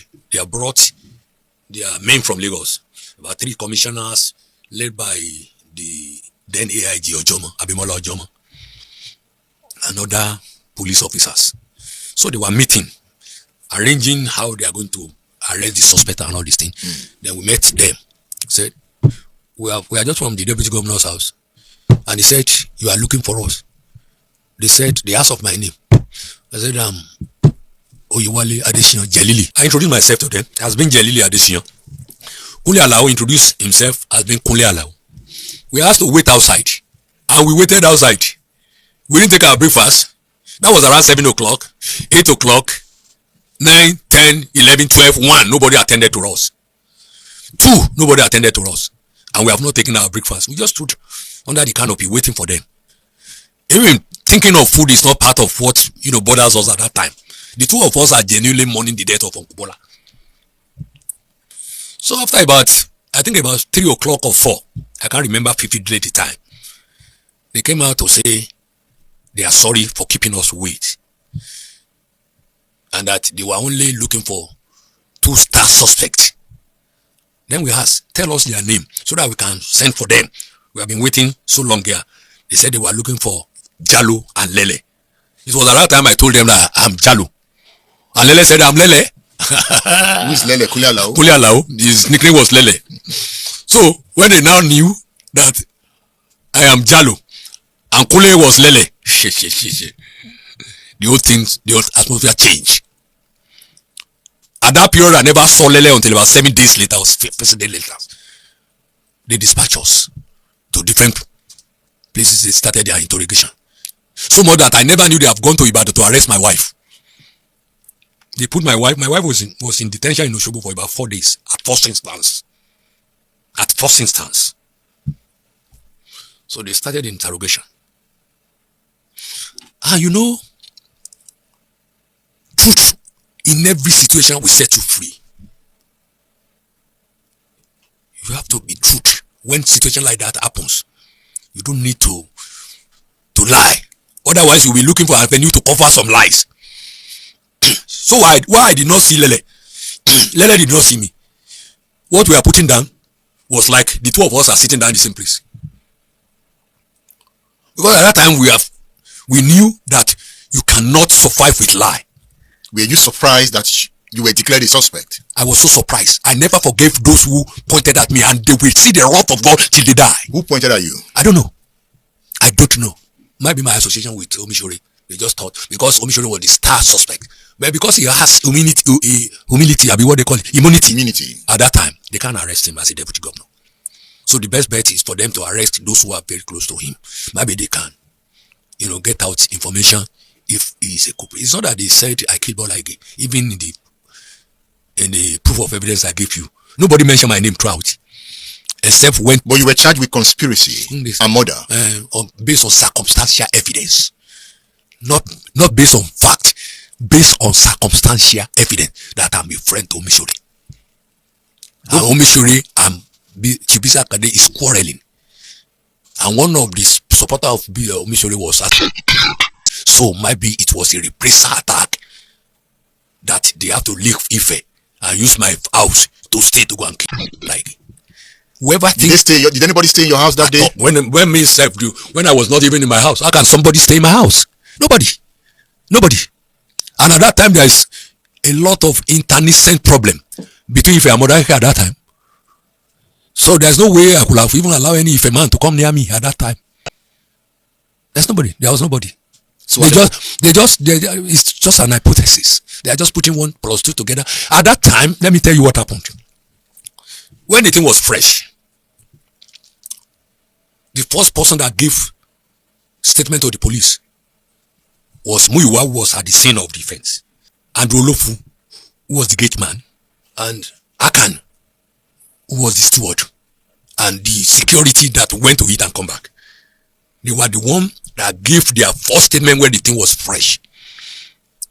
I wish you have the proof of evidence now. I would have read what Muyiwa wrote. The statement of Muyiwa when it was fresh, the day he was interrogated by the police. Immediately that thing happened.